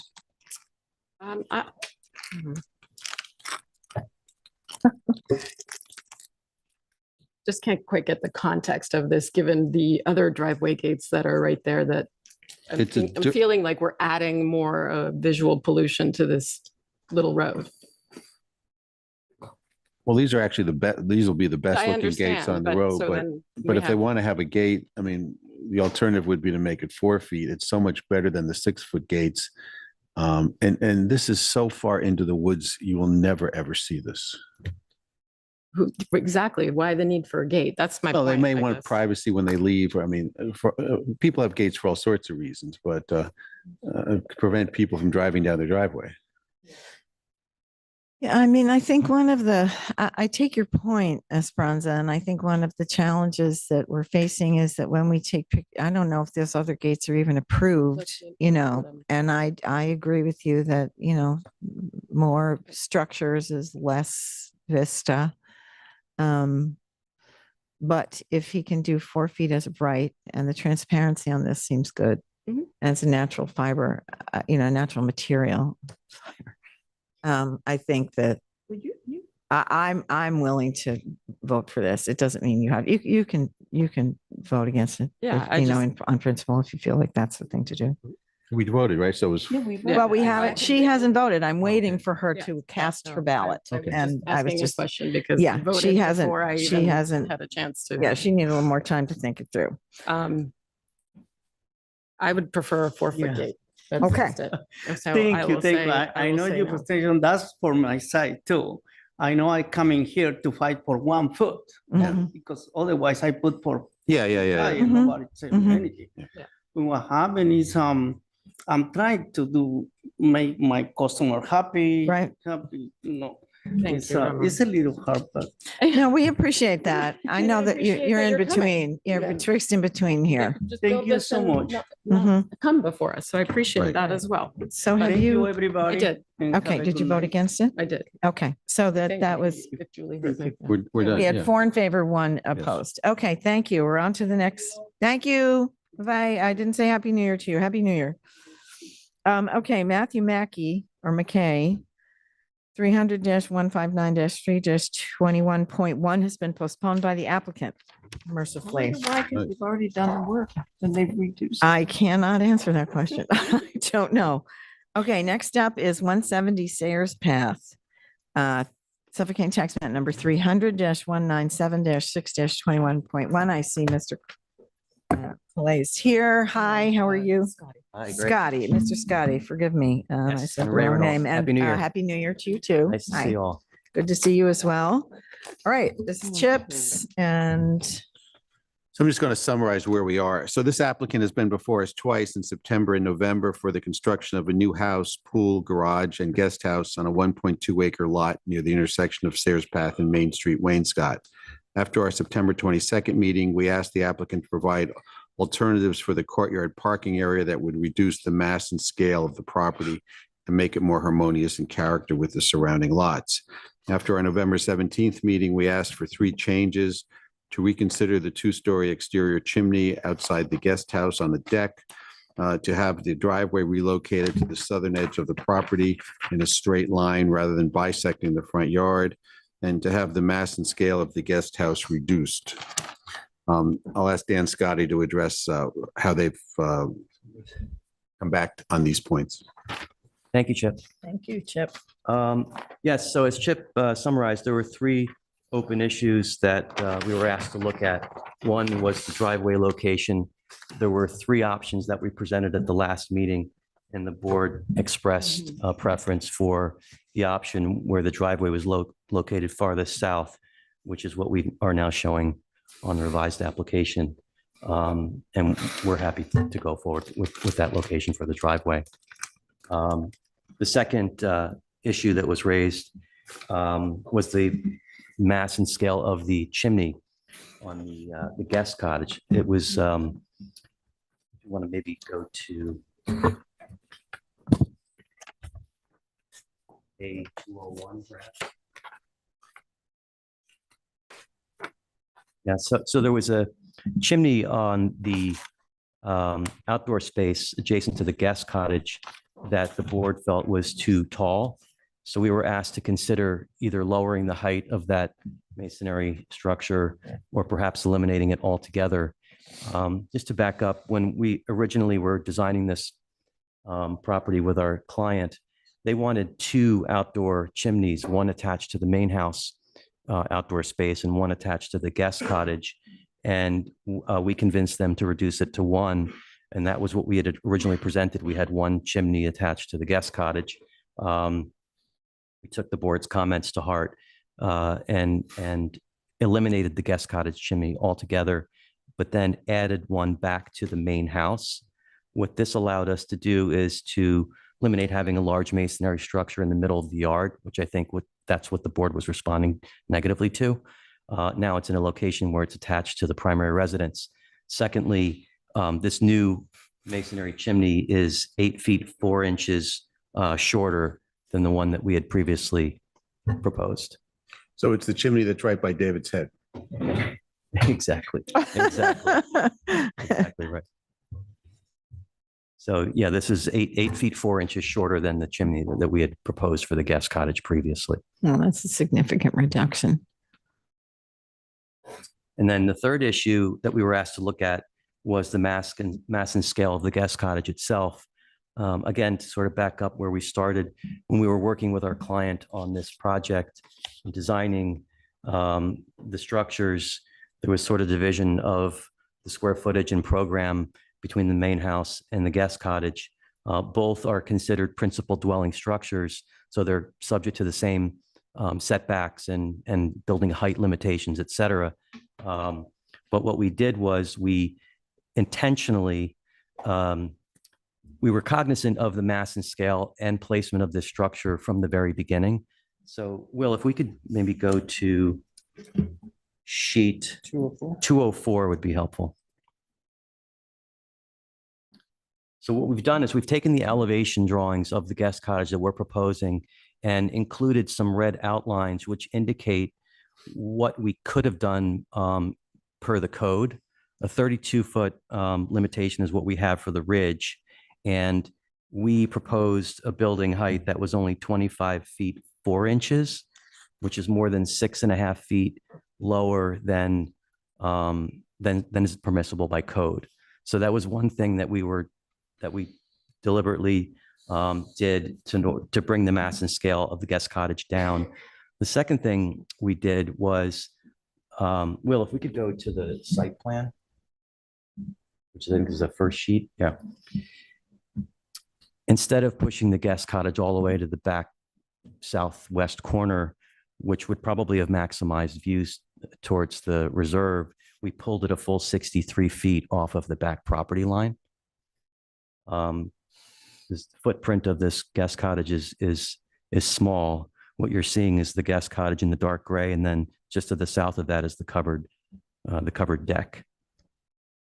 And the design of the guest cottage itself is designed as a 1.5-story structure with the second floor of living space, which has a low ceiling in it, but we were able to make it usable space by having a shed dormer. So again, we were visually cognizant of mass and scale before we presented to the board. So that's, I mean, this is This is a structure that we're very happy with. Our clients love the look of it. They think it's placed on a portion of the property where it's not imposing upon anyone else. It's not even on the reserve. It's not really visible from the reserve. And it's consistent with the mass and scale of the neighboring structures on the neighboring lots. So with that, I'd be happy to answer any questions the board might have. Well, thank you for that presentation. So with respect to reducing the mass and scale of the accessory dwelling unit, you didn't actually do that, right? You just showed us what you could have done and what you did. So there has been no real reduction apart from removing the chimney. That's correct. Okay. That's correct. There's really no way for us to reduce this without eliminating program that's in the structure, because we've already shrunk it in terms of height and building footprint before we present it. It's very, very tightly designed. And if we were to remove that, it would just spiral. We would have to be adding massing back to the main residence, and everyone seems to be very happy with the look and design of the primary residence. So it's something that we did speak to our clients about, but I thought it would be important to point out that this work was done before we submitted the first application to the board. Yeah. We didn't know after the first meeting that there was any issue with respect to mass and scale. It only came up at the second meeting. So when we submitted our initial presentation, we'd already done the work. I mean, we had already worked with our client to bring it down. You kind of know what you're asking. I mean, it was probably double the size initially. So I think the point you made to me, Dan, was the property to the north, which is on the upper part of the page. That's actually 2 lots, and there's 2 separate houses on that lot. Yes. So- If you want to go to the aerial, Will, that might be helpful. Every single property that faces the reserve in this vicinity, whether it's on Osborne Farm Lane or in Sayers Path, every single one of them is a 2-story structure, and they're all significantly larger than what we're proposing. The property. You're proposing with the guest cottage or with the main residence? No, so if we could go to the aerial, that's part of your application. Did we ask if you guys are proposing the generator? The property? I don't believe you did. No. Are you? Not at this time. Okay. Should be. Yeah, I'm pulling it up. Yeah.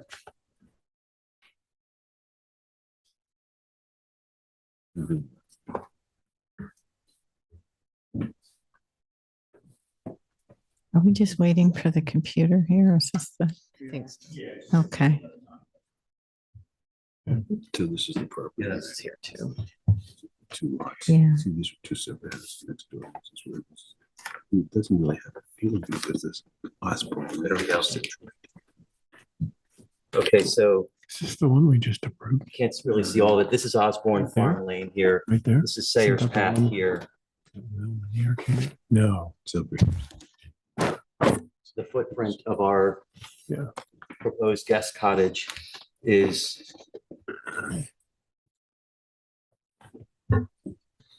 slightly larger than that structure right there, and it would be located here. Just slightly larger than that little that little garage, and it would be located here. This is a 2-story structure, 2-story, 2-story, 2-story. Every single one of these properties on Osborne Farm Lane that wraps the reserve, every single one of them is 2 stories. And we're proposing a 1.5-story that's 63 feet off of this corner. And this is a 2-story salt box house that essentially has landscaping and a fairly large structure that completely blocks our client's property from the reserve in any event. All they really have is this little tiny corner here.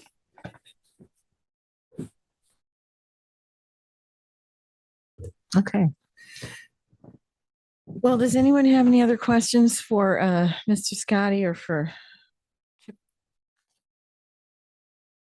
I think they've done a very considerate job on making this thing work for everybody. Thank you. Thank you. We appreciate the board's comments. Well, I think that your comment that nobody said anything about mass and scale from the beginning, first meeting, I believe I did. What is, I see different numbers. So what is the actual, because I also have the memo from the planner I should note that the memo that as an error. yeah, there was an error. I spoke with Alice Cooley and we talked about the when I was calculating those, I was using like building footprints and I ended up including like deck calculations. In them. Yeah, that's what I thought. So Those so numbers what are I have incorrect, is yeah. that the main residence is 5,289 square feet. That's correct. And 1518 for the guest cottage. Guest cottage. and That's the exactly garage right. At 597. So your total GFA is 6,807 square feet, where the allowable is 6,846.7. 0.7. So you're 39.7 from the maximum allowable GFA. Exactly.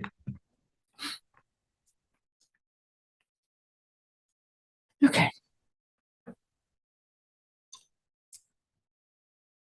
I continue to think it's inconsistent with the character of the neighborhood.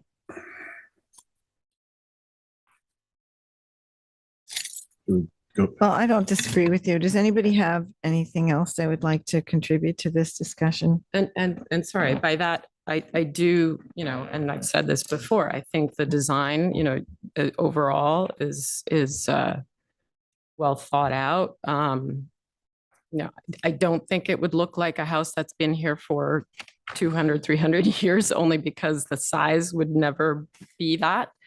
So I think that would be, well, you would never have a 6,000 square foot house in the 1600s. But the intention was So if you're modeling it after, no, I'm just saying that was the comment made, was that it's meant to look as if it's been there forever. Okay.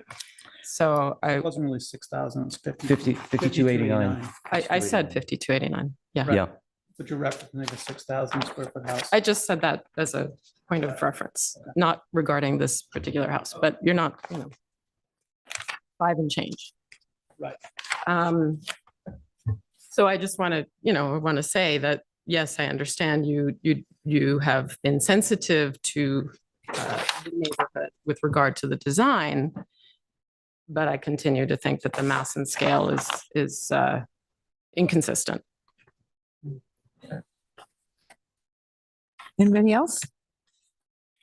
Right? Anything to say? So where I am on this is I think I'm fine with, I understand the concerns about the mass and scale. And when I think about it, I think I might not be willing to approve this if it were closer to the street, but I think that the house is pretty comfortably set back from the street to help kind of hide the massing. So I'm on board with it. Okay. Diane, did you have anything you wanted to contribute? No, I think we've said everything. Okay. I appreciate what you've done. Thank you. Thank you. Okay. So I think we should make a motion. I don't, I'm in the same place I was before, so want to make a motion? I make a motion to approve this application as submitted. Let me have a second, please. Second. All in favor? Aye. Opposed? Opposed. Yeah, I'm opposed too. Nothing personal. You did a Not great taken job. personally. You did a great job. Thank you very much. We appreciate all Sure your thing. feedback. Okay, off you go. Thank you. All right, Henry L. Drucker, Suffolk County Tax Act number 300-186-6-11.5. Frank, this is yours. I saw my Andy Goldstein here somewhere. Oh, Yes. there you are. Happy New Year, Andy. Good, thanks. And you? Good. Andrew, for the record, Andrew Goldstein, Agam Partners for Henry Drucker. Okay. The way we do this is our representative will present his report on this, and then we'll defer to you for any questions or you any comments you'd like to make. Good night. Okay, Frank. Okay. This is an application for a sunken tennis court and pergola located at 298 Further Lane, which is at the corner of Further Lane and Tyson Lane. The ARB is reviewing this application because the property is within an agricultural overlay. This application came before the ARB on March 10th of this year, in which we reviewed the application prior to its being submitted to the East Hampton Zoning Board of Appeals. The board voiced its general comfort level with the application so that it could proceed to the ZBA. On September 27th of this year, the ZBA approved the following variance for this applicant. Construct a 60-foot by 20-foot, 60-foot by 120-foot sunken tennis court with a 235 square foot pergola, platform, storage bunker, walkways, planter box, and to relocate the existing pool equipment. The zoning board, quote, finds that granting the requested variance will not cause an undesirable change to the character of the neighborhood nor create a detriment to nearby properties. Many residences within this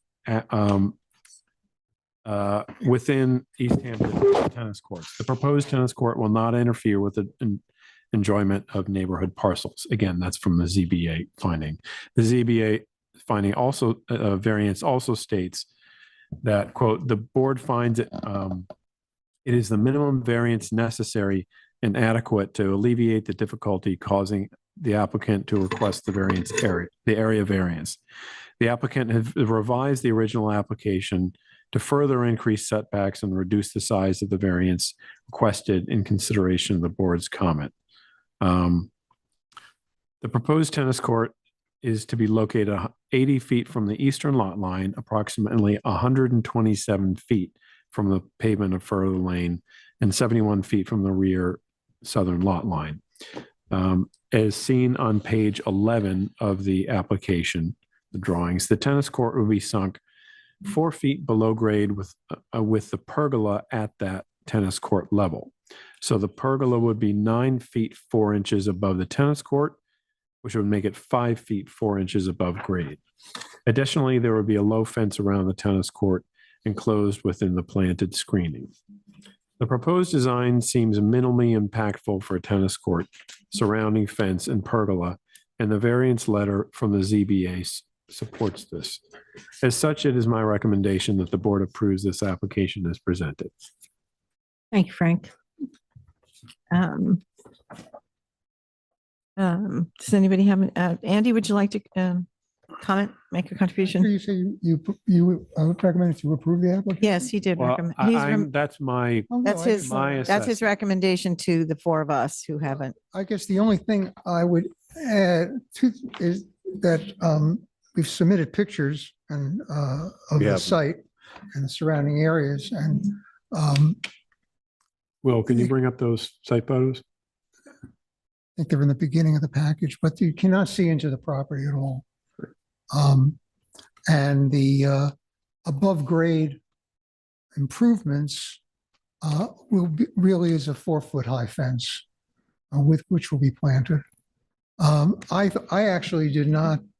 I thought the pergola was 8 feet high, but I was looking at the architectural drawings and I thought maybe I was looking at.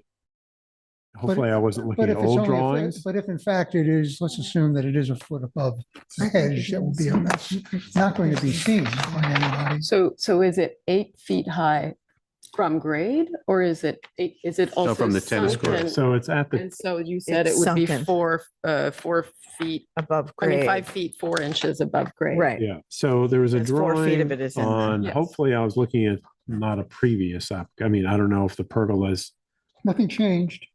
okay. What I saw, I think the last page of the application that has some details, that one. If you zoom in there, yeah, that top right.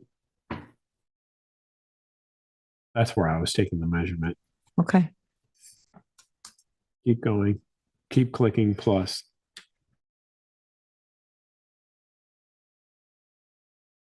I see. Well, So, it's just taking forever. I to get saw, to. yeah, 9 foot 4 inches. That,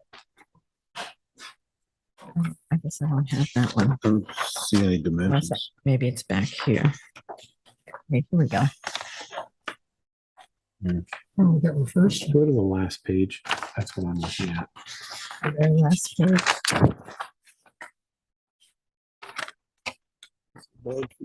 Well, I think you're probably right. because the Here. wall is 4 feet and the fence is 4 feet. So 9 feet from here to. from the naked eye, it looks like it's a little bit above it. I think ultimately, Here, so this is Right. 9 feet Oh, 4 to the it's not top. gonna I be see. seen. Okay. Yeah. I didn't understand. So it's how 9 that feet, was 4 inches depicted. on Yeah, the- it is on the 9 scene. feet, 4 inches. So it's accurate that it's 5 feet. 4 inches Correct. above. Yes, that's correct. that the wrench to the rendering is accurate. You can see what it looks like. So what's the height of the fence then? 4 feet, he said. I think. So if it's, I guess I'm a little confused, is if I'm doing a little math here. So if the tennis court is 4 feet down and the pergola is 9 feet 4 in this drawing, that would make it 5 feet 4 above grade. But on the drawing here, let me just look at here. The fence seems, oh, the fence is not as high. Okay, so so we know, just so we know in our resolution what the height of This is the a little fence is. easier to see. The fence is 4 feet. Yes, yes. Black and white, I think, Okay. that makes it hard to distinguish it. So I'm just curious, in a resolution, would we say that the pergola is 5 feet 4 above grade or a Well, we'll 9 just, foot 4 inch pergola? well, we'd probably we'd probably just detail it, so that it makes, so that it's accurate, because it's the whole notion of the grade being, being lowered 4 feet, It then can't be seen. make it 5 feet, Yeah. 4 inches above grade is confusing, but we can make those details in the resolution. Yeah. I mean, in my general observation, that's pretty close to the house, the Mhm. tennis court. Yeah, the property's not that big, I don't don't hit the think. Yeah. Fall hard in the living room, Yeah, but it's not, um, yeah. if that's what works for the ZBA, Yeah, I think I have no that's, yeah, objection to that's, it. I think that's where they had to put it to keep it from the, Move it off the eastern lot right, line. yeah. Okay. Does anybody else have any questions for Frank or Mr. Goldstein? I'm fine with it. Vinnie, do you need one more time? Excuse me.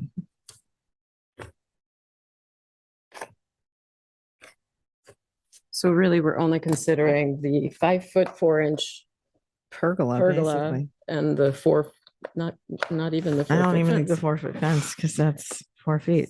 We don't have any jurisdiction over that. Okay. So, okay, Frank, do you want to make a motion?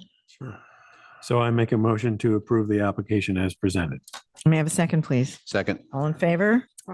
Okay, Thank you. go in Go ahead. peace. Thank you. All right. We're on to issuance of certificates of occupancy. Katia Beauchamp, Suffolk Tax Map number 300-92-9-6. Diane, this is yours. Yes, this is a property on Peters Path in Hampton Waters that's been before us several times. Hallmark is a very, very enormous head that's 30 Oh, or yes. 40 feet. Now they have, Wow. Big hedge. so they have, what you just saw, that small gate is the only fencing that is discernible. And they have basically complied with our resolution totally. They have totally removed the agricultural gates that had been there. Now, even though the gates are sort of intact and tucked behind the hedge, I trust that the applicant has no intention of putting them back once the C of O is granted. So to me, this complies exactly with our resolution. We're not signed. So, Would you like to make a motion? Does anybody have any questions for Diane? No. No.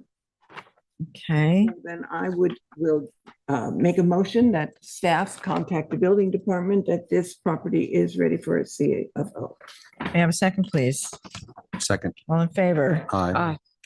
Okay, that's passed and carried. Thank you, Diane. And thank you, Chip, and everyone for your fine work. All right, we're gonna read into, we have many resolutions tonight. So I'm going to read those into the record, and we are signing those. I'm passing these along. And So the first of them is, what I'd like to do though is start with Tony and Claire Florence, Suffolk County Tax Note number 300-189-3-7.2. We need to rescind or an approval that we voted on at the December 15th meeting because the appropriate the information that we had was inaccurate. So we have to start over with those guys.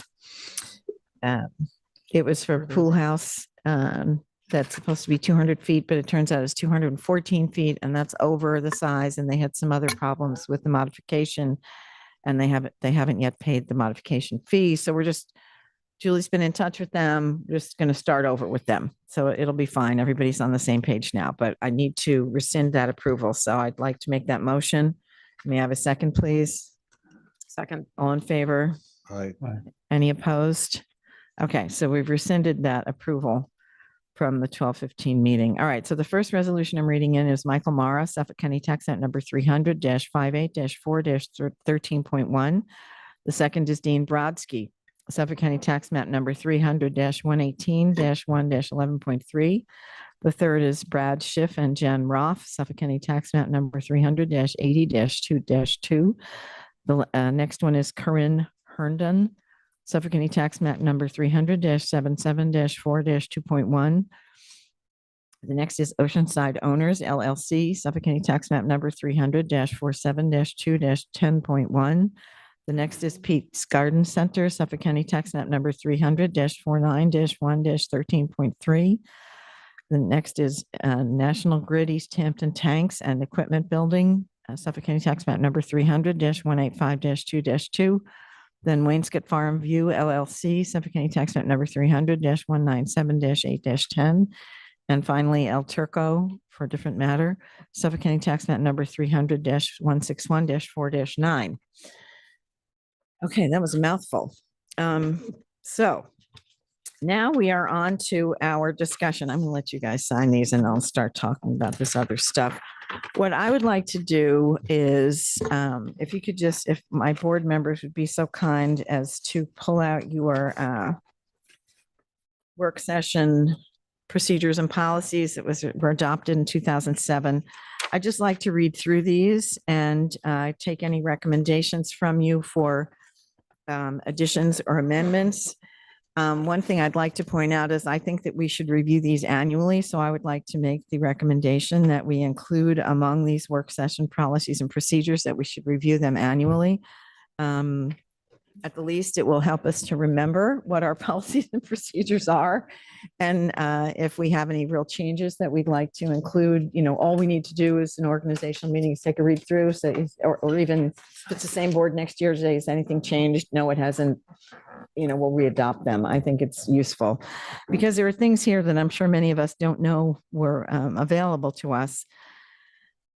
The second thing I'd like board members to consider a couple of ideas that I've had about policies and procedures, but perhaps you'd like to take a minute I don't know if you've had a chance to read these before the meeting. If not, maybe we'll take a few minutes and you can just read them. And if anybody has any comments on what is existing, we can deal with that and then entertain some new concepts.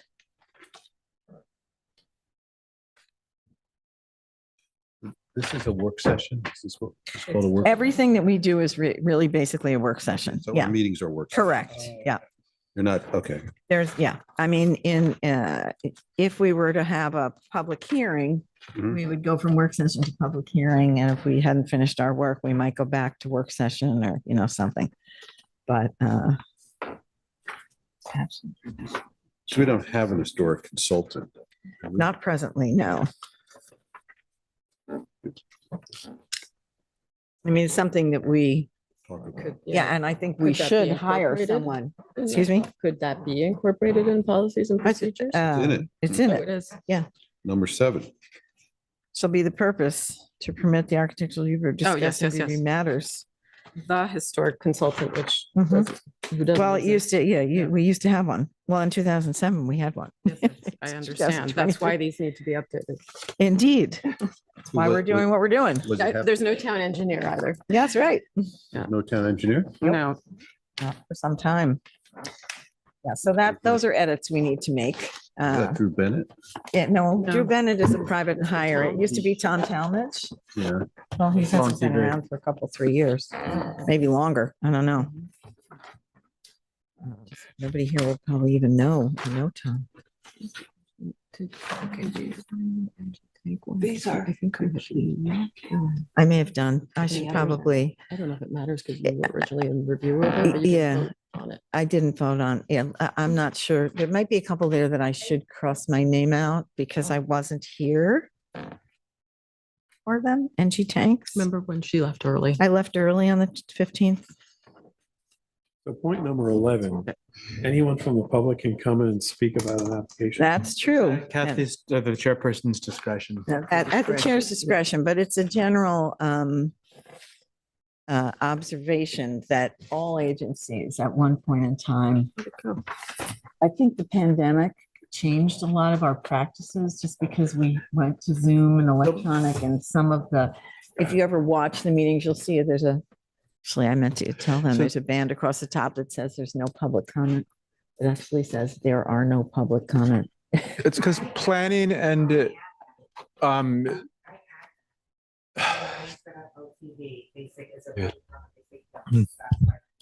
That's good, but the subject and predicate do not agree. It should be there is no public comment or there are no public comments. But right now it's grammatically incorrect, which bugs me. Thank you. I was wondering about that.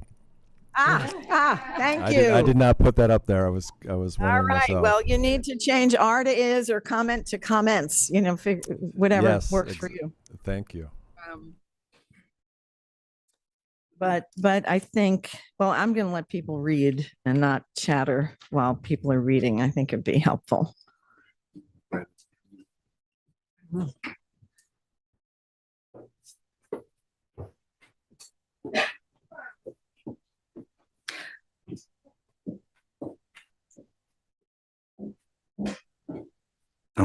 Julie. Oh, Jewel, I meant to give you this too. This is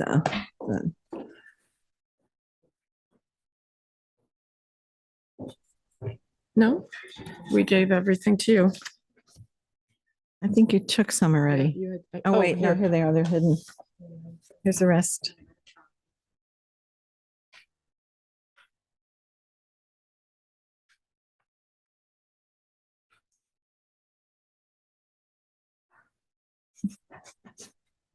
Number 10. Birds don't do. I know. That's probably the most important item there. I have one. I got one right here. Number 5, Oh, Diane's. she just. Yeah, ran okay, through yep. Lou. Requires that each applicant post the property. Is that only in the case of public hearing? No, it would appear that it's, I know, David, are you reading these with ours? Would you just take a look at number 5, 5? please? Which is pursuant to section 255-9-23B1 of the Town Code, the board requires that each applicant post the property at least 10 days prior to the date upon which the board will hear the application in conformance with the provisions of section 255-923A2. Is that for public hearing or just for regular applications? that is left over for public hearing because it's a work session. Okay. You don't post for work sessions. We don't what? You don't post for work sessions. Right, okay, that makes This was sense. adopted. I know, I understand that, but that. It may be an error. that's a mistake. Yeah, it may be an error. All right, so that is something that we would either delete or add to a different section. I don't know where I would like So you're to. not required to post on the No, property. you're not. No, unless you're having a public hearing, which is a concept I'd like to introduce on ag overlay and historic district property. So this is not a public hearing, but is not a public even hearing. though someone from the public is allowed to speak. Correct. A public hearing has a legal definition and it requires notice in the local paper of record, and there's a whole process. Okay. So when we're having meetings and we hear from the public, it's not the same as having a public hearing, which is because the other part of, and I'm sure you've had this experience in your practice where the legal notice has to be sent to adjoining property owners and so on, so that everyone in that neighborhood is aware that something's happening.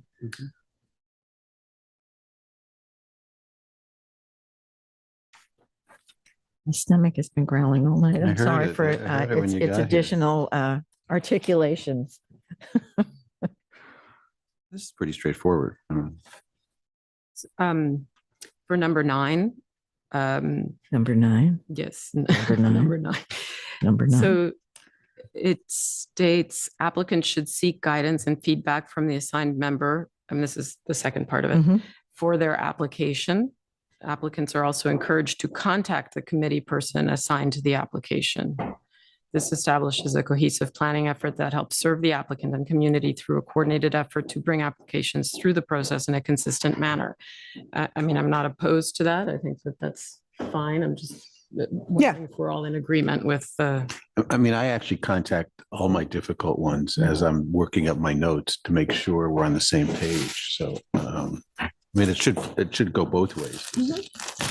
Board member can contact the applicant. Yeah. No, I think the board, I think, but vice versa, or the applicant. can yeah. contact- right. yeah. No, I think that part of this is that some of the public knows and some of the public doesn't. And we get more applicants from regular folks instead of those that are, we're discussing number 9 on this group here, which is can an applicant approach a board member? It says the applicant should approach a board member that's representing their application to ensure a cohesive, communication process. And Chip was saying that he proactively contacts the ones that he anticipates there may be problems with. Or something. Like Yeah. How do they know who the board member is? Well, they would that's- call Julie. I mean, the Okay, idea is they would okay. call Julie and Julie would say, so that part isn't the mystery. I think so much was rerouted during the pandemic that a lot of these things, Fell by the way. yeah, exactly. Including, I think, the whole public comment period, which is something I really wanted to, I have to say that even Make- before the pandemic, we did not really, I mean, I never, right? Yeah, You have we a longer experience. It wasn't necessarily even encouraged. It wasn't even really a consideration. right. Well, number 11, this is a member of the public may be permitted to address the board of an application during work session review and discussion of that application at the discretion of the chair. It's always at the discretion of the chair, and it Correct. depends on how full the agenda is, because we don't want to be going on till midnight, and many boards have met. We've until had then. one Yeah. person who appeared. and Uh-huh, I right. think you were here. Right. but- No, I don't ever remember anyone coming. Oh, David Fink. And there was another David for another. Anyway, I just- so, I mean, yeah. That's my recollection is I think Right. that's right. one person has actually done that. Right. So does anybody have any other, I'm not trying to rush this, but I would propose that I have a question about number 16 in terms of SECRA, because I don't ever remember us having any participation in SECRA review. That was part of my planning board experience, but this seems to indicate that if a positive deck has come through, which we might, have an application that has had a pos deck on it, that we have. Could this be in a case of, for instance, even in a historic district or something like that, which might come up? I don't know. I don't know that historic district applications are positively declared. I don't think they're subject to SECRA. They could be. I mean, not often, but it could happen. Eric? Yeah, no, I'm just reading it carefully. Yeah. May only be discussed by the applicant and the board, and only in accordance with these procedures. This shall not be deemed to limit discussion between the ARB and the applicant concerning issues to be addressed in a DEIS during a meeting, especially placed on the board's agenda for that purpose. I'm trying to think.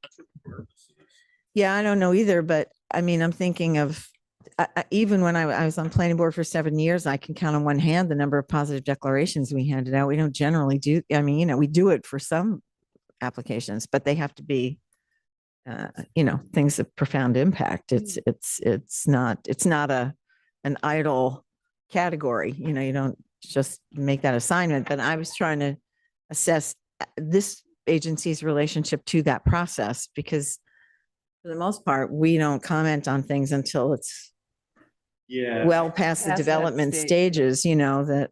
I think what they're just getting at here is that if they're, is an application that was given a positive declaration that you have to, you will follow the regulations of Okay. secret, which is All right, kind fair of, enough. Yeah. kind of goes without saying. It's the law, but I think that's what. No, they're I just getting at. want to understand it too. I mean, if we're gonna, my feeling is that we should just adopt the, re-adopt these, delete what's irrelevant, Yeah. and add anything else that we think might be useful. But I just had a question about that, and then the next one,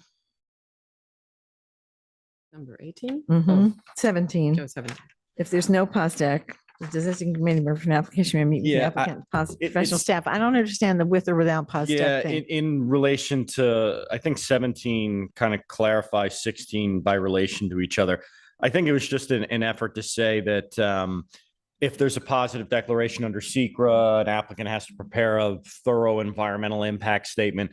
And I think 16 is basically just saying the board will, because then if you look at 17, it says then if there is no positive declaration, the board member can meet with the applicant staff. It's basically like business as usual if there is no positive declaration. But if there is a positive declaration, I think that's kind of like a warning that the ARB will sort of hold off on being too involved in it because the secret process might result in conditions or changes and things like that. So I think that's what they were getting at here. If there's a positive declaration, it's kind of like the board, the ARB holds up its usual procedure of meeting with the applicant and working out details. But The way I'm reading 16 is that second sentence. It seems to me that it should be placed on an agenda that has more to do with it occurring in the public venue, in the public, I think rather than yeah. private meetings, which is what we have, right? So that, Yeah. okay. Yep. All right, I was going to project. Well, yeah. Okay, so the thing I wanted to bring up with this board is to conduct public hearings with regular public notice and public input in the traditional ways for agricultural overlay and historic district, historic landmark, special historic landmark properties.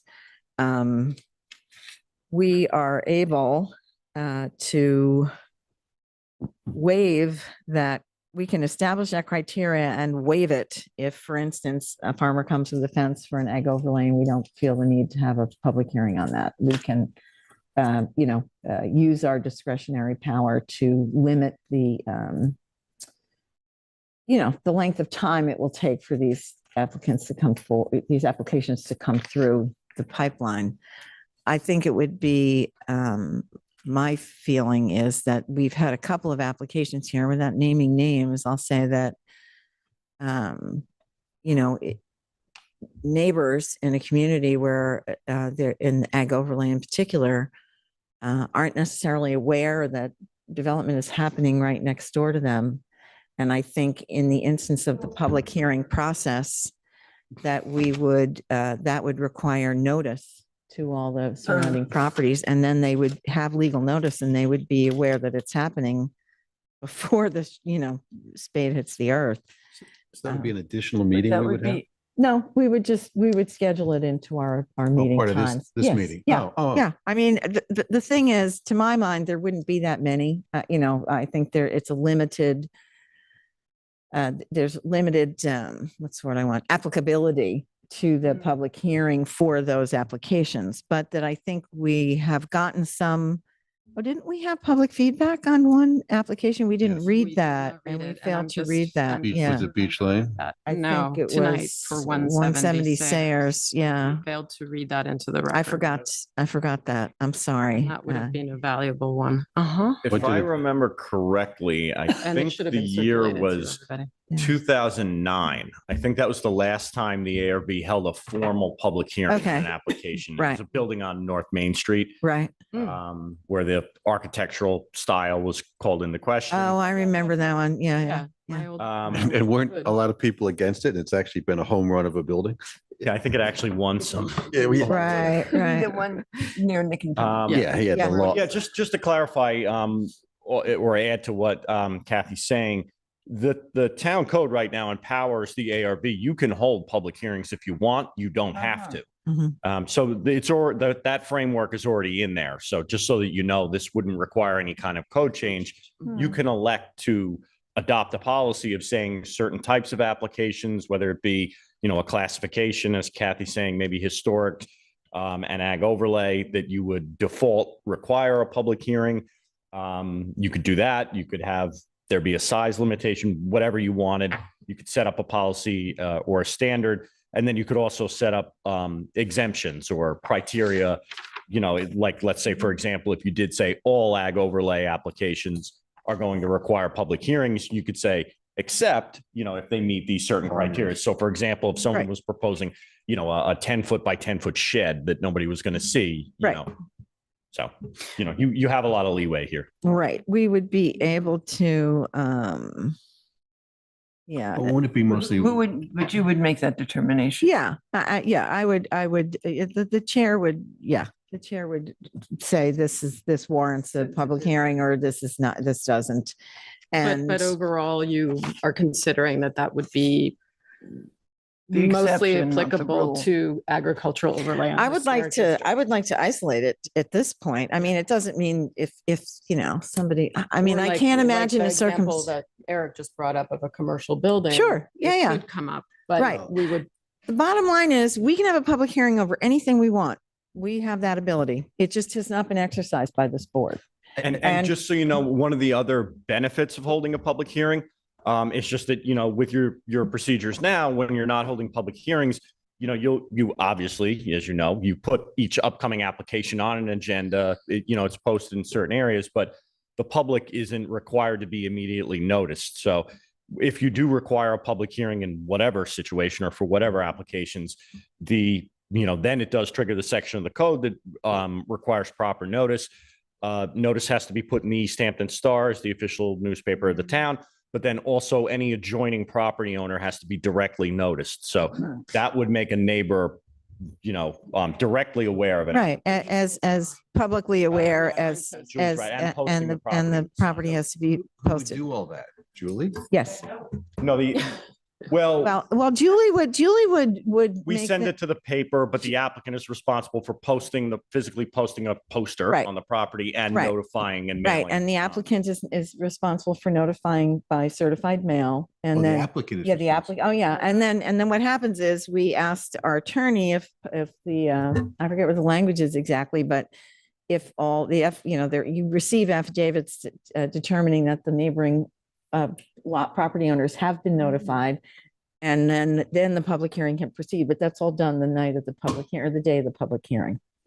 It's not a very, it's a complicated process for others, but not for us. But it could slow down applications quite a bit. Yeah, Oh, yeah, it'll technically, it'll, yeah, if at a meeting you determine that you were going to hold a public hearing, yes, you really should be reading a resolution to correct. schedule a public Well, that hearing. was the, And then yeah. it's usually just because of the timing for the newspaper and you're required to notice it for 14 days, it ends up being like a 3-week delay. Right. So if from the day that of a meeting, work session that you scheduled a public hearing, you can Right. anticipate 3 weeks in the future. You guys usually meet every other And week. then So it's 3 probably about a weeks, month. depending on our meeting schedule. So what we would do, if an application had come before us and we thought, well, this is a big one, we should get public input on this. Tonight, we would have prepared a resolution. And, whoever the person was would have read that resolution to have the public hearing.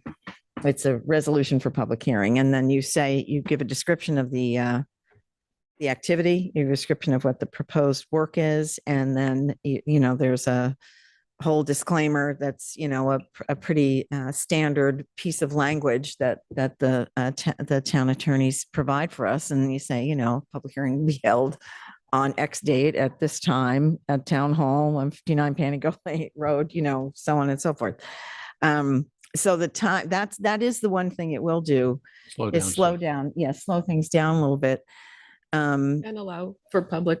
But allows for public, not to my mind, that's the Very only important. disadvantage is that it'll slow things down a little bit, but I don't even think that's necessarily a disadvantage. But I think that in the case of town-owned properties, town-owned historic properties, we wouldn't do that, because the town can pretty much. Wouldn't it mostly be Wainscott developments like Beach Lane, Sayers Path, the house behind David Fink, things on that Osborne Lane? And wouldn't it be, that would really be, those are our most complicated applications that would solicit neighbors chiming in, I think. Or like the So agricultural. No, I think overlay any ones that are ag particular. overlay, yeah. They're all ag overlays. Those are all ag overlays. Oh, yes. But I mean, Well, they would- those yeah. applications are our most complicated and difficult ones. Right. And I mean, I'm all in favor of, I mean, think about the application of Jessica, that woman who's building. Oh, the house. yes. I mean, think about, we don't know those neighbors knew about it. She said they did know about it. I Right. mean, but remember that went around in circles. Right, well, that's It's kind of, that's a exactly good the- example of why I think this would be. I think it's a great idea. Protocol. I'm glad to hear that. I think it's a great idea. Okay, great. Okay. But we had, and the other thing I think we should do, and I mentioned this to Esperanza, for these kinds of applications or most complicated ones, if we know ahead of time we're going to have a board that's not going to be 5 people, we should notify Oh, the applicant absolutely. that, Yeah. you know, we're going to have a reduced board this night. And if you, Right. if you would like to I go- do that Yes, sometimes that's a great idea. You Oh, do you that? do that? Oh, good Yes. for you. Oh, you do that? Really? for if it's represented by an attorney, I reach out and I let them know. Oh, but I think it should be anyone. No, I who's- think you're that's right. I think complicated. that's a I good mean, idea. Yeah. So those are my proposals, which I would like to include in our work session procedures and policies. Because while we're permitted by the code to conduct public hearings, it doesn't say anything about it in here. I think it's a great idea. We'll find some light wording to go with that. Frank, do you have anything you'd like to? No, I was just wondering what like the definition of whether it's where it's defined, presumably elsewhere, what a work session is. Like if we meet together Oh. for training for historic, to learn about historic preservation, is that legally because No. we're No. meeting, is that a This is work a- session? You know, the we work consider- we have sessions to have are, training. I don't think it is. It's but- not. no, we can schedule any kind of meetings outside of the public view for training or advice from counsel or things like that, that are really just internal mechanisms. But because We these could are, have done this part of Say the again? meeting. We could have done this part of the meeting. we could have done, yeah. But I wanted to do it in the public because we've had a little, It just we've had seems some like a bad press. It's a So weird term to Yeah. use work session. I'll explain later. Anyhow, so, all right, so we'll rewrite this up and we'll get a draft around to people. I'll take that on, and then, what else did we talk about today in the pre-meeting? Was there something else that we were going to ask people to help with? Does this include, I thought I had read somewhere, I know it says the agenda is set by 12 noon on the Thursday. Does it actually say that it is available to the public at a certain, It's as soon as Date? possible. it's just in as soon as possible? Right, but we could put should post it not on the be website. posted, you know, in a timely manner? It is. Yeah, but there's nothing that indicates that. I mean, we could. Timely could be Tuesday, before the meeting. I don't know. Well, Depends it's what- usually Friday. It's usually by Friday by 4. So Friday that, by 4. yeah, So yeah. could we incorporate that maybe? Yeah, I think it's a good idea. Or it's posted in the. It's Posted on on the our town's page. website, on the town's I webpage. see it's also available in the office. It's in the- Oh, yeah, yeah, but in Yes. terms of electronic Right. access, which is, I think, I don't think we had electronic access in 2007 for a lot of this stuff. I mean, it's a long time ago. Not that we didn't have the internet and a web page, but I don't think this It kind of thing wasn't was happening that yeah, much common. then. Yeah, Mhm. that's a good suggestion. All right, so we'll take a stab at revising this, and then we'll bring it to the. I think if it's okay for us to do it offline, I would like to get this process underway as soon as possible. I think we benefit from it, and the community would too. So we'll set a timeline. Will and Jeremy and Eric and I have been discussing this and David. So, you know, the paths are cleared administratively for us to go forward with this. I just wanted to make sure the board was comfortable with the concept. So if everybody is feeling okay about it, then We're good. anybody have anything else they'd like to contribute? No. Okay, then I entertain a motion to close the meeting. Second. All in favor?